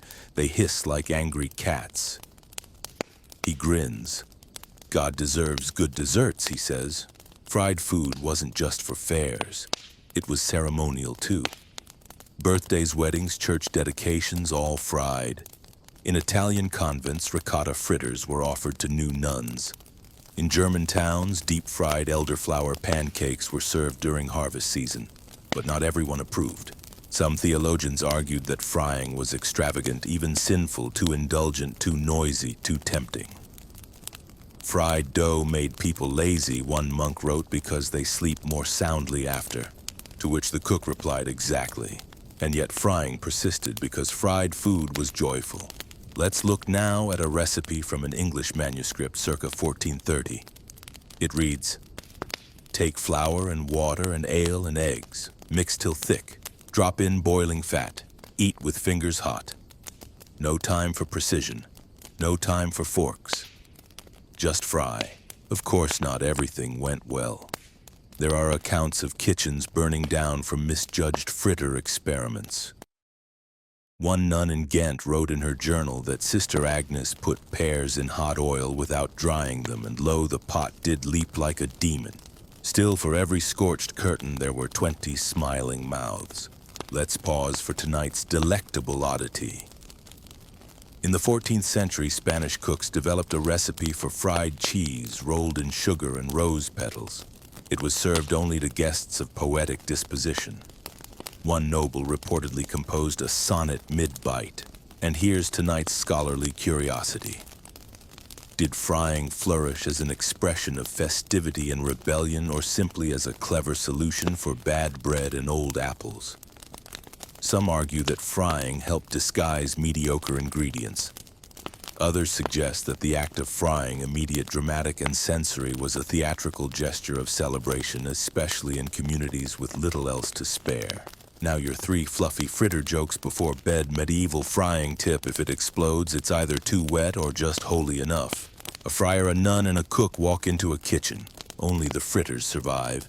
Medieval frying oil, 50% fat, 50% hope. Take a breath. Feel the air thicken with the scent of warm oil and dough. You're back at the fair now. Children laugh. Bells ring. Someone hands you a fried fig. It's soft, sweet, and you eat it before asking what's inside. It doesn't matter. You're warm, full, content. Tonight you've walked through a world of bubbling pots, sputtering joy, and medieval cooks chasing perfection in hot grease. You've learned that frying wasn't just food, it was festivity, comfort, even a kind of rebellion. So sleep now with your belly full and your thoughts crisp around the edges. We'll be back in the kitchen soon. But tonight the oil has cooled, the fire is dimmed, and the last fritter has been shared. So before you settle in, please hit like and subscribe, but only if you truly enjoy the content here. Tonight's tale is softer, quieter. There's no sizzling oil or nobles fainting over saffron pudding. Just dim candlelight, slow footsteps, and the sound of bread being broken in silence. Because tonight we visit the monastic snacks of the Middle Ages. Yes, snacks. Even in silence, even under vows, even surrounded by austerity and prayer, monks and nuns snacked. You wake up in a stone hallway that smells of beeswax and cool stone. It's nearly dawn in a Benedictine abbey. The sky hasn't changed color yet, but in the kitchen something is already baking. It's not a feast, it's not even a meal. It's a small, deliberate bite, a sliver of bread brushed with herb oil, or maybe a thin cake made from ground almonds and pear. This isn't indulgence, it's ritual. Medieval monasteries followed strict food schedules, often just 2 meals a day, sometimes one depending on the rule. But human bodies, being inconveniently mortal, still needed sustenance between vigils, fasts, and long walks through cloisters. Enter the monastic snack. These weren't loud foods. You didn't bite into a fried onion ring in a chapel. These were quiet snacks. Warm spiced milk after compline, dried figs wrapped in leaves, tiny loaves of panis humiliatus, humble bread made with bran and chickpeas, and on rare days a honeyed almond square to celebrate a saint's feast. You're now seated on a long wooden bench beside a novice. She hands you a folded napkin. Inside is a soft square of bread speckled with poppy seeds. No one speaks, but there's a shared sacred appreciation. Some monasteries baked what were called comfort loaves, small buns distributed before long fasts or cold vigils. These were not for pleasure. They were to sustain obedience, a softened kind of discipline. In Cistercian abbeys, snacks were logged with precision. One entry reads, given to Brother Thomas, week of leg, 3 dried apples and a walnut before lauds. A walnut, a sacred moment. And yes, there were rules. Of course there were. Some orders banned snacking outright. Others allowed it only for the sick or elderly. In one instance, a nun requested a plum and was denied with the note, she is not yet afflicted. Yet kitchens found loopholes. A spoonful of lentil mash at dawn, not a meal. A few almonds passed in silence between classes, not gluttony. It was called succor. Let's pause for tonight's gentle curiosity. In a 12th century Welsh monastery, a tradition began of placing a single candied fennel seed on each novice's pillow during Lent's final week. It was called a breath of sweetness before renewal. Now let's drift into a question scholars still nibble on. Were monastic snacks purely about nourishment, or were they quiet symbols of care, humility, and communal grace? Historians argue both. Some emphasize their caloric function in hard labor environments. Others see them as small acts of embodied kindness, a theology of texture and taste. And now for 3 modest jokes worthy of a cloister monastic kitchens where spice meant time and only time. Nothing says celebration like a walnut and the abbot's blessing. Medieval nuns invented trail mix. They just called it pious handfuls. Take a breath. The air is cool. Outside, birds begin to stir. Inside, the fire has faded to ash. A single slice of fig rests on a wooden plate. You eat it slowly, silently, beside a sister who hasn't spoken in 40 days but still gives you the better piece. Tonight, you've tasted the quiet compassion of monastic kitchens. You've discovered that even among rules, ritual, and silence, there was still room for small joy shared humbly without fanfare. Sleep now with your thoughts folded like a cloth napkin, neatly, gently sweetened just a little. Turn down the lights, perhaps start a fan to create a soothing ambiance, and join me as we slowly dive into tonight's story. Tonight we return to the cloister, not for bread, not for almond slivers, but for something stranger. Something made on days when butter was banned, meat was forbidden, and joy was heavily regulated. Because tonight we explore the fast day snacks of the medieval monastic world. You wake up in a kitchen at the edge of silence. It's Friday. The rule of St. Benedict hangs over the hearth like smoke. No meat, no cheese, no eggs. But hunger, as always, makes its case. So the cook improvises. She begins with almond milk, a liquid extracted from crushed almonds, and warm water strained through cloth and blessed with a sigh. It's not dairy, so it passes the test. It's thin, pale, comforting. She warms it in a pot, adds herbs, maybe a pinch of salt. Not for indulgence, but for function. The monks will drink this at sundown after prayers before sleep. This is the art of the spiritual snack. Fast days were frequent Wednesdays. Fridays entire seasons like Lent and Advent. But monasteries didn't just eat less, they ate differently. And sometimes that difference required wild creativity. You now sit beside a fryer who's shaping dough made from oats, boiled water, and dried plums. He flattens it into discs and steams them over nettle leaves. They're called soul cakes, and they taste like wet paper and penance. Still, he offers you one with reverence. You take a bite. It's not delicious, but it's oddly satisfying. Some snacks were more elegant. There are recipes for fruit pastes made from quince or pear thickened with starch and shaped into squares. No butter, no joy, but they glisten softly in the light like amber laid on a pew. And there were legume creams, yes, you heard right. Monks mashed broad beans with vinegar and wild garlic into a kind of proto-hummus. Was it tasty? Not exactly. Was it holy? Probably. Let's peek into an Abbey record from 1311 prepared for Friday.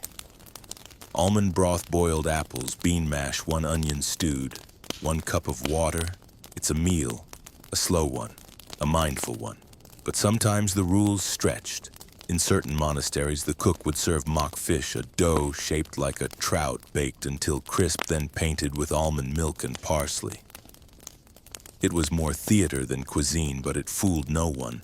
Still, it made the table smile. And that's the secret of fast day snacks. They weren't just about denial. They were about ingenuity. Let's linger on tonight's peculiar delight. In one nunnery near Tours, a tradition arose of crafting eggless eggs. The shell was cleaned and refilled with spiced almond custard, then sealed with beeswax. The nuns would crack them during Easter week. The bishop was not amused. The kitchen was not sorry. Now here's the academic debate of the hour.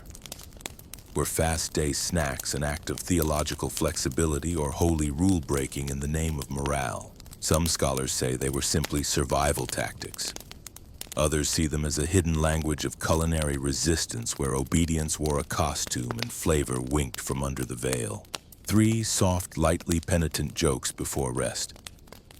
The first medieval eggless egg was a lie, but a very clever one. Fasting monks invented almond milk, and modern baristas still owe them royalties. Nothing says holy restraint like turning a bean into something almost tasty. Breathe slowly now. The scent is faint stewed pear, warm oat, a trace of nut. You sit on a stone bench beside a carved window. Someone places a bowl in your hands. It's a pale cream made from almond and rosemary. You sip. No one speaks, but it feels like a kindness. Tonight you've tasted the restraint and resourcefulness of the medieval monastery. You've seen how kitchens kept faith with flavor even under fasting. You've seen cooks become artists, transforming limits into symbols, into comforts you could eat. Sleep now simple and full. Your dreams are welcome at the table. Hey guys, tonight we journey deeper into the strange and brilliant kitchens of medieval monasteries, where fasting didn't mean hunger and the line between sacrifice and innovation blurred like steam on a window pane. Because tonight we uncover the mock foods of the Middle Ages: almond cheese, fake eggs, imitation fish, and even fish milk. Yes, fish milk, you've been warned. You wake up in a cloister kitchen around the year 1378. It's mid-Lent. The air is quiet except for the soft slosh of water, the scrape of stone on stone, and the gentle sigh of someone trying to turn beans into miracles. Today's challenge: a feast. But without meat, dairy, or eggs. The kitchen must prepare 5 courses, no animals allowed, just plants, prayer, and a suspicious amount of almonds. So the monk begins with the star ingredient, almond milk. He crushes a bowl of almonds with water, strains them through cloth, and simmers the white liquid gently. Then he divides the mixture. 1 part will become almond cheese thickened with breadcrumbs, vinegar, and herbs pressed into a round mold and chilled on a windowsill. Will it fool anyone? Not really. But it spreads beautifully on rye. Another part is heated with saffron and honey, then poured into carefully prepared eggshells. That's right, real eggshells emptied and washed. Once cooled, they're served cracked open, yolky center and all. Do they taste like eggs? No. Do they look convincing from across a dim refectory? Absolutely. And this, dear listener, is the strange joy of medieval fast day illusion food. It wasn't meant to deceive. Not entirely. It was meant to comfort, to symbolize, and occasionally to poke a playful finger at the rigidness of the rules. Let's travel now to a nun's kitchen in the Rhineland. She's shaping dough into fish shapes, then baking them until golden and brushing the surface with almond oil and beet juice to give them the shimmer of scales. These are phantom trout eaten with solemn silence and mild amusement.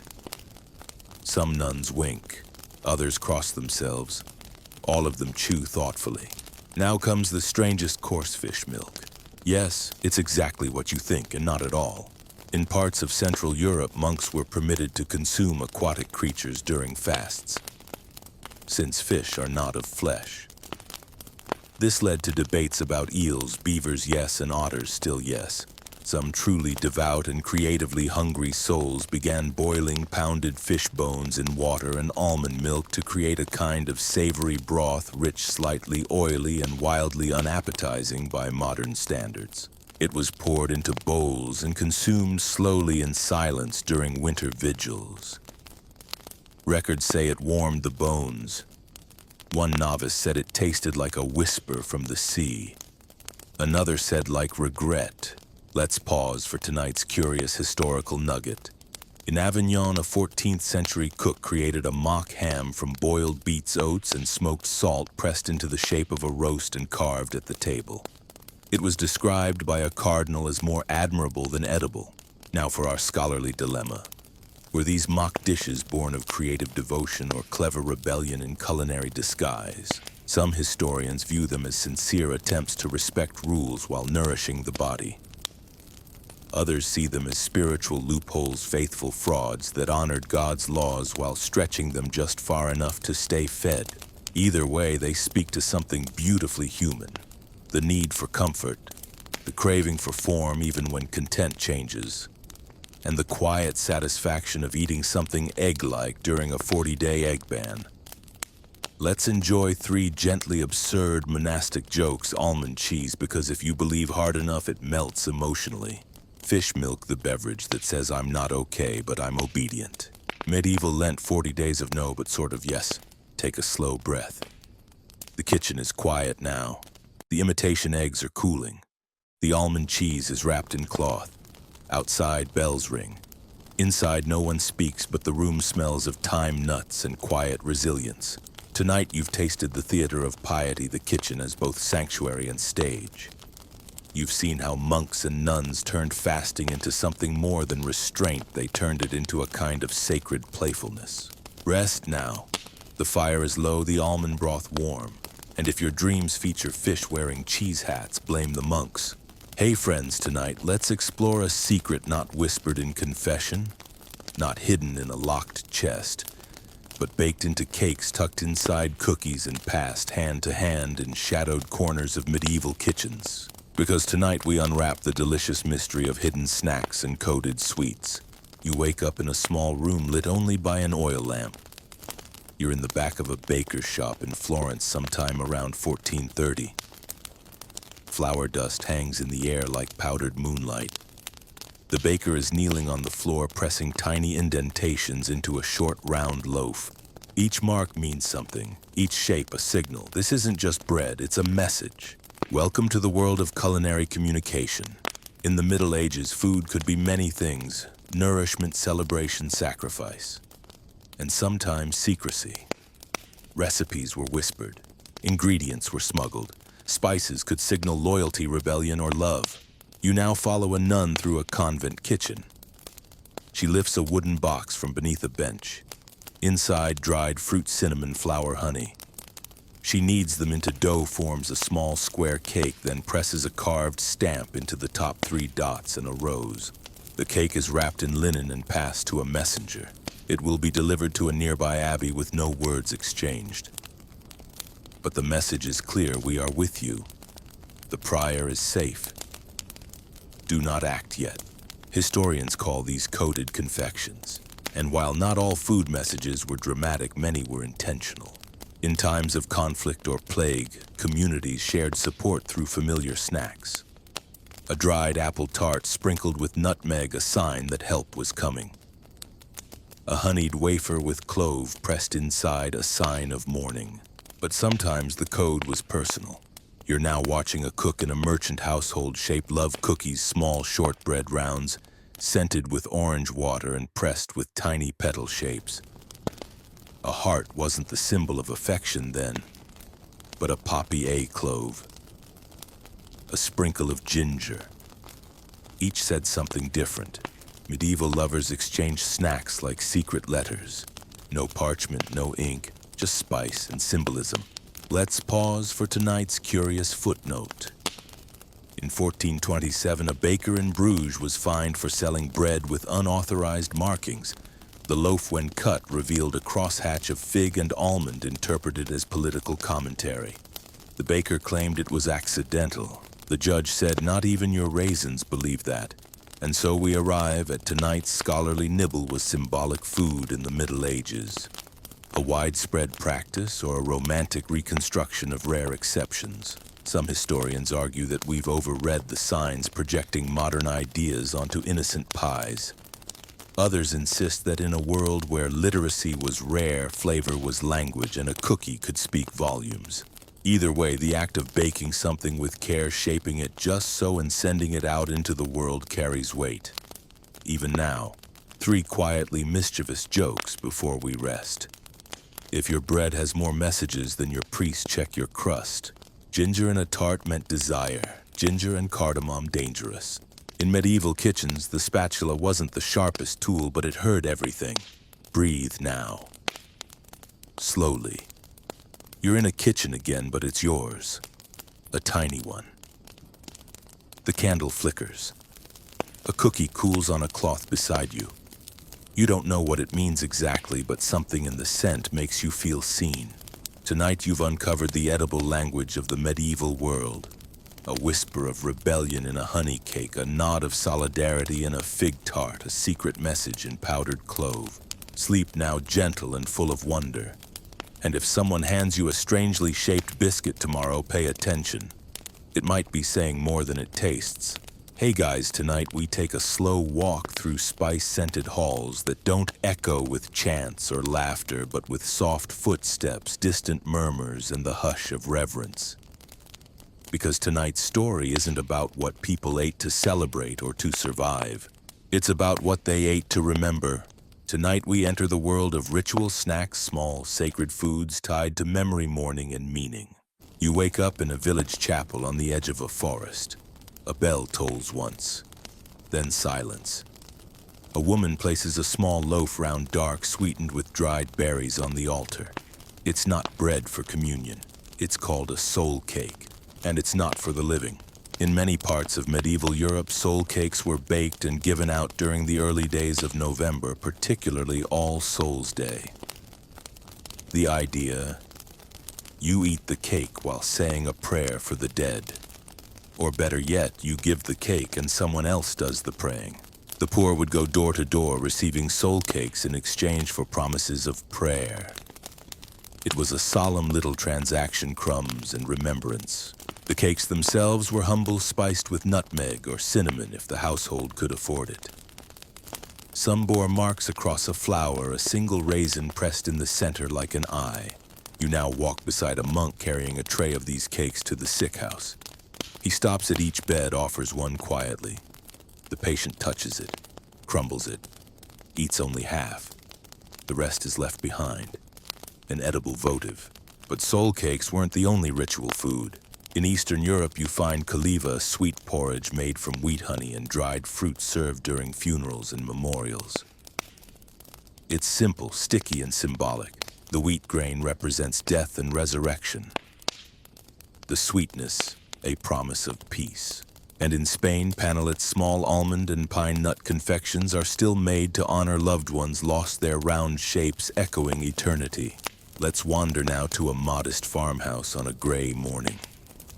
A child places a dried apple slice on the windowsill. Her grandmother taught her one for the wind, one for the dead, and one for luck.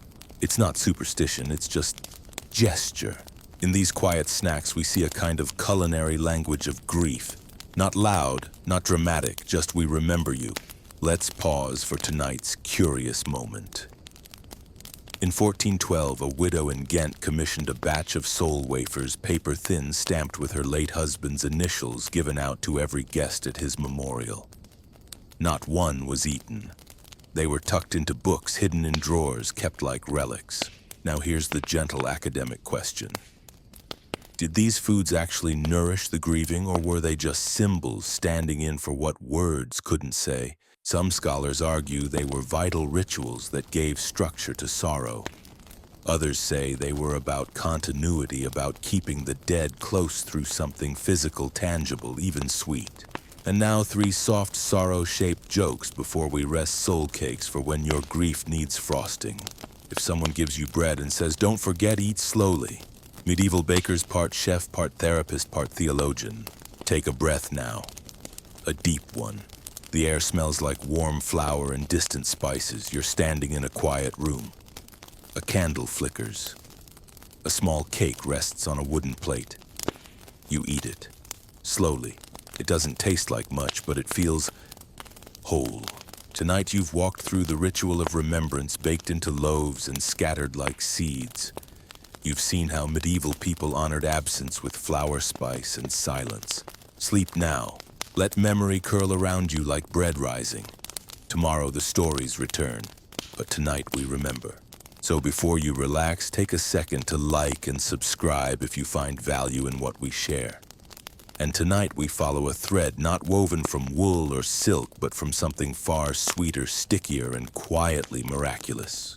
Tonight we explore the preserved snacks of the medieval world. Not feasts, not meals, not the loud crackle of frying pans or the rich simmer of stews. Just the quiet endurance of food that could last through winters, through war, through waiting. You wake up in a small cottage at the edge of a field. It's November. The harvest is over. The earth has hardened. But on the windowsill lies a neat stack of dried apple slices, thin as parchment, dark around the edges, scented faintly with cinnamon. You take one. It bends slightly, then breaks. The taste is mellow, leathery sweet. It's not dessert, it's insurance. In a world without refrigeration, preserving food was an act of hope. You dried, salted, fermented, smoked, or candied, not because it was trendy, but because it meant you'd make it to spring. Let's wander into a monastic kitchen. A novice hangs strips of fruit leather, pureed quince mixed with honey and rosemary, spread thin on cloth and left by the fire to dry. They'll be stored in ceramic jars for months, pulled out on feast days, or when someone is sick or sad. Elsewhere in southern France, a family wraps candied orange peel in linen and tucks it into the corner of a cupboard. A grandmother says for the journey. It's unclear if she means a real trip or the long one we all eventually take. In Germany, sun bread was made from barley, dried currants, and nuts baked until hard as stone, then kept in cellars for leaner weeks. You couldn't bite it. You softened it with broth, soaked it in milk, or broke it with a hammer. It wasn't delicious, but it remembered the sun. Let's pause on tonight's tender curiosity. In 1439, a bride in Milan was given a chest of preserved fruits as part of her dowry: figs, pears, plums, even sugar-coated pine nuts. The idea was romantic. When sweetness is scarce, open this. And so we arrive at the heart of tonight's story. Preserved snacks weren't just about survival. They were about remembrance, holding on to summer, holding on to sweetness, saving something beautiful for the days that were not. You now stand beside a baker who is wrapping honey cakes in cloth dipped in wine. He's placing them in a stone box. They'll last 3 years, he says, or 1 winter, depending on how sad we get. We look now to the scholars, of course. Were preserved snacks a purely practical tradition? Or did they carry emotional and symbolic meaning in medieval life? Some argue for function, calories over months. Others see something softer. That to dry a plum and tuck it into linen was an act of love. That to candy orange peel was to say, you matter enough to save something for. And now, 3 small, shelf-stable jokes for the night: fruit leather for when you want your apple to live forever but chew like a saddle. Medieval preservation: 1 part technique, 3 parts prayer. If it cracks your tooth but warms your heart, it's probably sun-bred. Take a breath. You're in your own kitchen now. A jar sits quietly on the shelf. Inside, a piece of something you made months ago, dried, faded, but still itself. Still waiting. Tonight you've tasted the slow art of saving, of sweet patience. You've walked through sunlit orchards and cold cellars. You've seen how food could fold time, preserve joy, and soften sorrow. Sleep now, there's enough. It lasted, you made it through. Go ahead, lower the light switch on a gentle fan for some calming white noise, and let's begin our evening adventure. Tonight we gather by a glowing hearth, not for bread or broth, but for something both celebratory and comforting, both quiet and communal. A handful of warmth passed from hand to hand, crackling softly, sweetened with honey or toasted in smoke. Tonight we enjoy the noble crunch of roasted chestnuts and honeyed almonds. You wake up in a hilltop village just as the wind begins to bite. Smoke curls from chimneys. Somewhere a chestnut roaster sings a low song as she stirs nuts in a pan over coals. The sound is soft crack, hiss, whisper. The smell is deep and woody like leaf piles and warm coats. Roasted chestnuts were a poor man's feast and a rich man's delight. They crossed class lines, snuck into fast-day meals, and even entered courtly banquets if glazed in enough sugar to justify their presence. You're now in the courtyard of a monastery. A monk sits by a brazier, carefully scoring each chestnut with a small knife, murmuring something like a prayer or a recipe. Beside him, a novice carries a tray of almonds roasted in honey and rose water laid out to cool in the crisp air. These aren't festival sweets, they're solace. Small, slow, enough.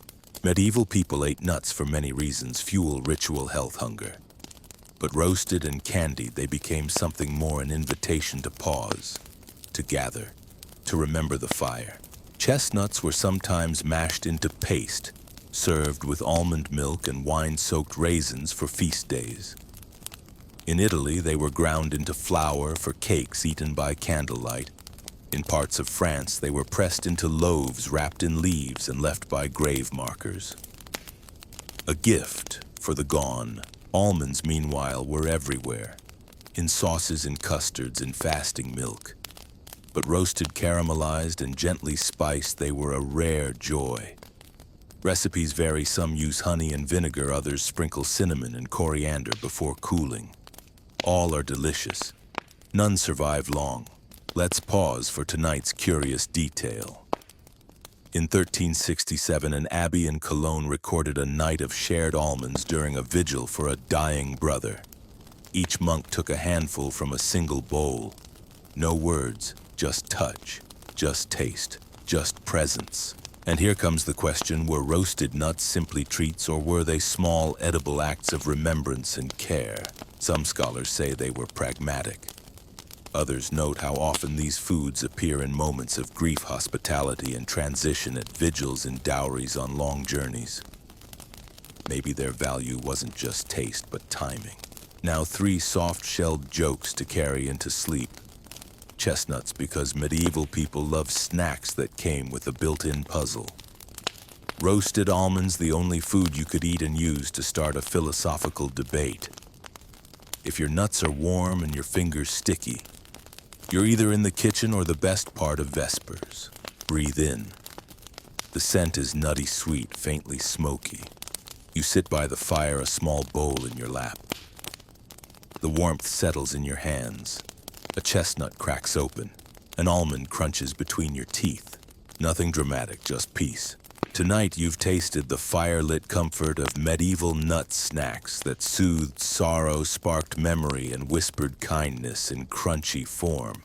You've watched monks roast almonds for the dying, seen peasants toast chestnuts in joy, and felt how food, even humble, can be holy. Sleep now, the coals are glowing, the bowl is empty, but you are full. Dim those lights, fire up a fan for that cozy background sound, and let's settle in for the journey ahead. Tonight we gather around a hot griddle, not for meat or melted cheese, but for something much thinner, humbler, and far older than it looks. Because tonight we flip through the history of medieval pancakes, rustic, symbolic, endlessly adaptable, and surprisingly beloved.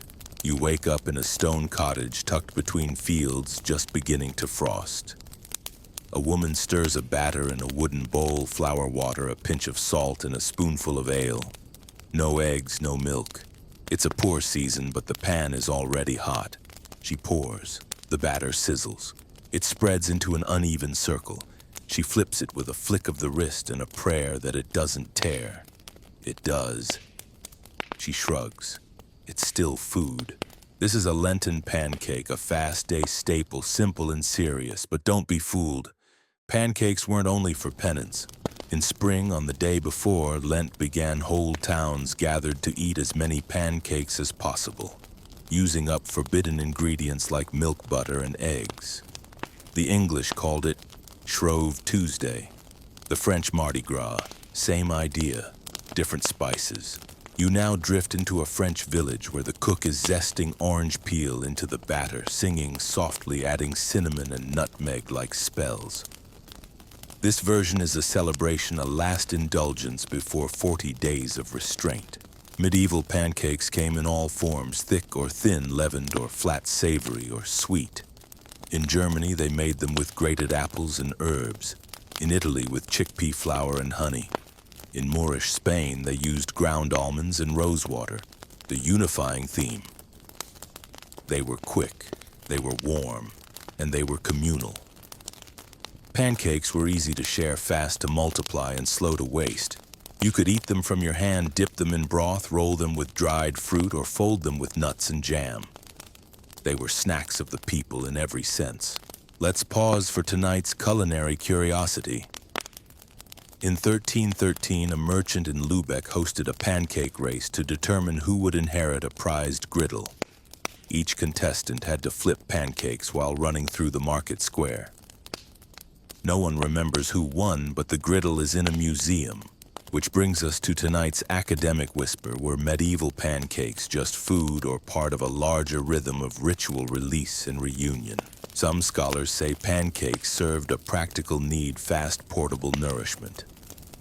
Others argue that they created social glue-binding communities before lean seasons, giving form to festivals, offering warmth in thin times. And now 3 jokes that don't require syrup. Medieval pancakes, because sometimes flat is fabulous. If your feast starts with pancakes and ends in ashes, you're doing Lent correctly. The only food that can be breakfast, dessert, or emergency insulation. Breathe. You're in a quiet kitchen. The griddle hisses, a pancake cools beside you on a plate. You tear it gently. Steam rises. Somewhere in the world, someone else is doing the same thing. Tonight you folded time in half like a pancake off the fire. You've seen how a simple snack could mean celebration, survival, or subtle resistance. You've smelled the mingling of flower, spice, and story. Sleep now, lightly, sweetly. May your dreams flip golden and land whole. Hi all, tonight we'll discover the final layer in our long, flavorful journey. A dish that folds memory, meaning, and resilience into a single portable bite. Tonight we unwrap the story of pilgrimage pancakes, folded, flattened, and flavored with survival. You find yourself walking along a narrow, rutted road, your boots caked in dust. It's early morning. The sun is slow, the air smells faintly of sheep and smoke. Tucked inside your worn leather bag, 3 folded pancakes. They're not pretty, they're not soft, but they're yours. And they mean something. In the Middle Ages, pilgrims walked for weeks or months to reach sacred shrines. Santiago de Compostela, Canterbury, Rome. These journeys were long, uncertain, and hungry. And in the absence of inns or hearty meals, people packed what lasted. Enter the folded pancake. Not the fluffy stacks of modern breakfast lore, but thin, dense sheets of dough cooked without leavening, cooled until dry, then folded, sometimes with filling, sometimes just bare. These weren't just snacks, they were edible prayers. Some were marked with signs, a cross, a scallop shell, a dot of saffron. Others were filled with herbs for health or sweetened beans for energy. Pilgrims would tuck them into belts, store them beneath tunics, break them during rest stops like sacred wafers. You're now beside a roadside shrine. A woman kneels, unwraps a cloth bundle, and offers a single pancake, half-eaten, folded, still fragrant with honey. She leaves it beneath a wooden carving of a saint, not as food, as thanks. Folded pancakes also carried memories. A mother might slip one into a pilgrim's hand before departure, laced with dried apple and rosewater. A lover might add a twist of spiced cinnamon or cardamom with meaning understood by only two hearts. Let's pause for tonight's lesser-known detail. In 1390, a German manuscript described a journey cake made with mashed lentils, onion, and mint, folded 3 times and scorched with a hot iron bearing the initials IHS. It was said to protect against fever and loneliness, possibly effective, definitely portable. And now the question that lingers with the scent of ash and honey: were pilgrimage pancakes food? Or were they something closer to relics? Intimate carriers of story, memory, and silent devotion. Some scholars argue their practicality. Others read deeper into the folding, seeing in it layers of identity, geography, and purpose. When the road was long, a folded pancake wasn't just fuel. It was home in your hands. Let's end with 3 final crumbs of humor. Pilgrim pancakes, flat enough to walk with, thick enough to cry on. If your snack has more folds than your clothes, you're probably traveling medieval style. The original granola bar didn't crunch, it creased. And now you rest full, not from feast, but from knowing that even the humblest food can hold stories, that even a silent pancake can sing of hope, hunger, and return. You've reached the end of your journey, but before we close, let's take a breath together and gently turn the final page. So here we are. The griddle has cooled. The spices have quieted. The road is behind you. You've traveled through honeyed halls, smoky kitchens, and fire-warmed cellars. You've stood beside monks stirring almonds, bakers folding secrets into cakes, and farmers pressing meaning into flat rounds of dough. And all along you've discovered that even in the most modest bite, there's memory. There's resilience. There's care. Medieval snacks weren't just fuel. They were folded gestures, whispered messages, sacred offerings, and moments of sweetness passed hand to hand. They were ways of saying, I'm with you, I remember you, we'll get through this. So as you lay your head down tonight, let your breath slow. Let your thoughts soften. You're not in a cold castle or a dusty market anymore. You're here, warm, safe, full not of food maybe, but of story. And the best stories, like the best snacks, are meant to be kept close, reached for when days feel thin. That's the story for tonight. May your dreams be filled with wonder and peace.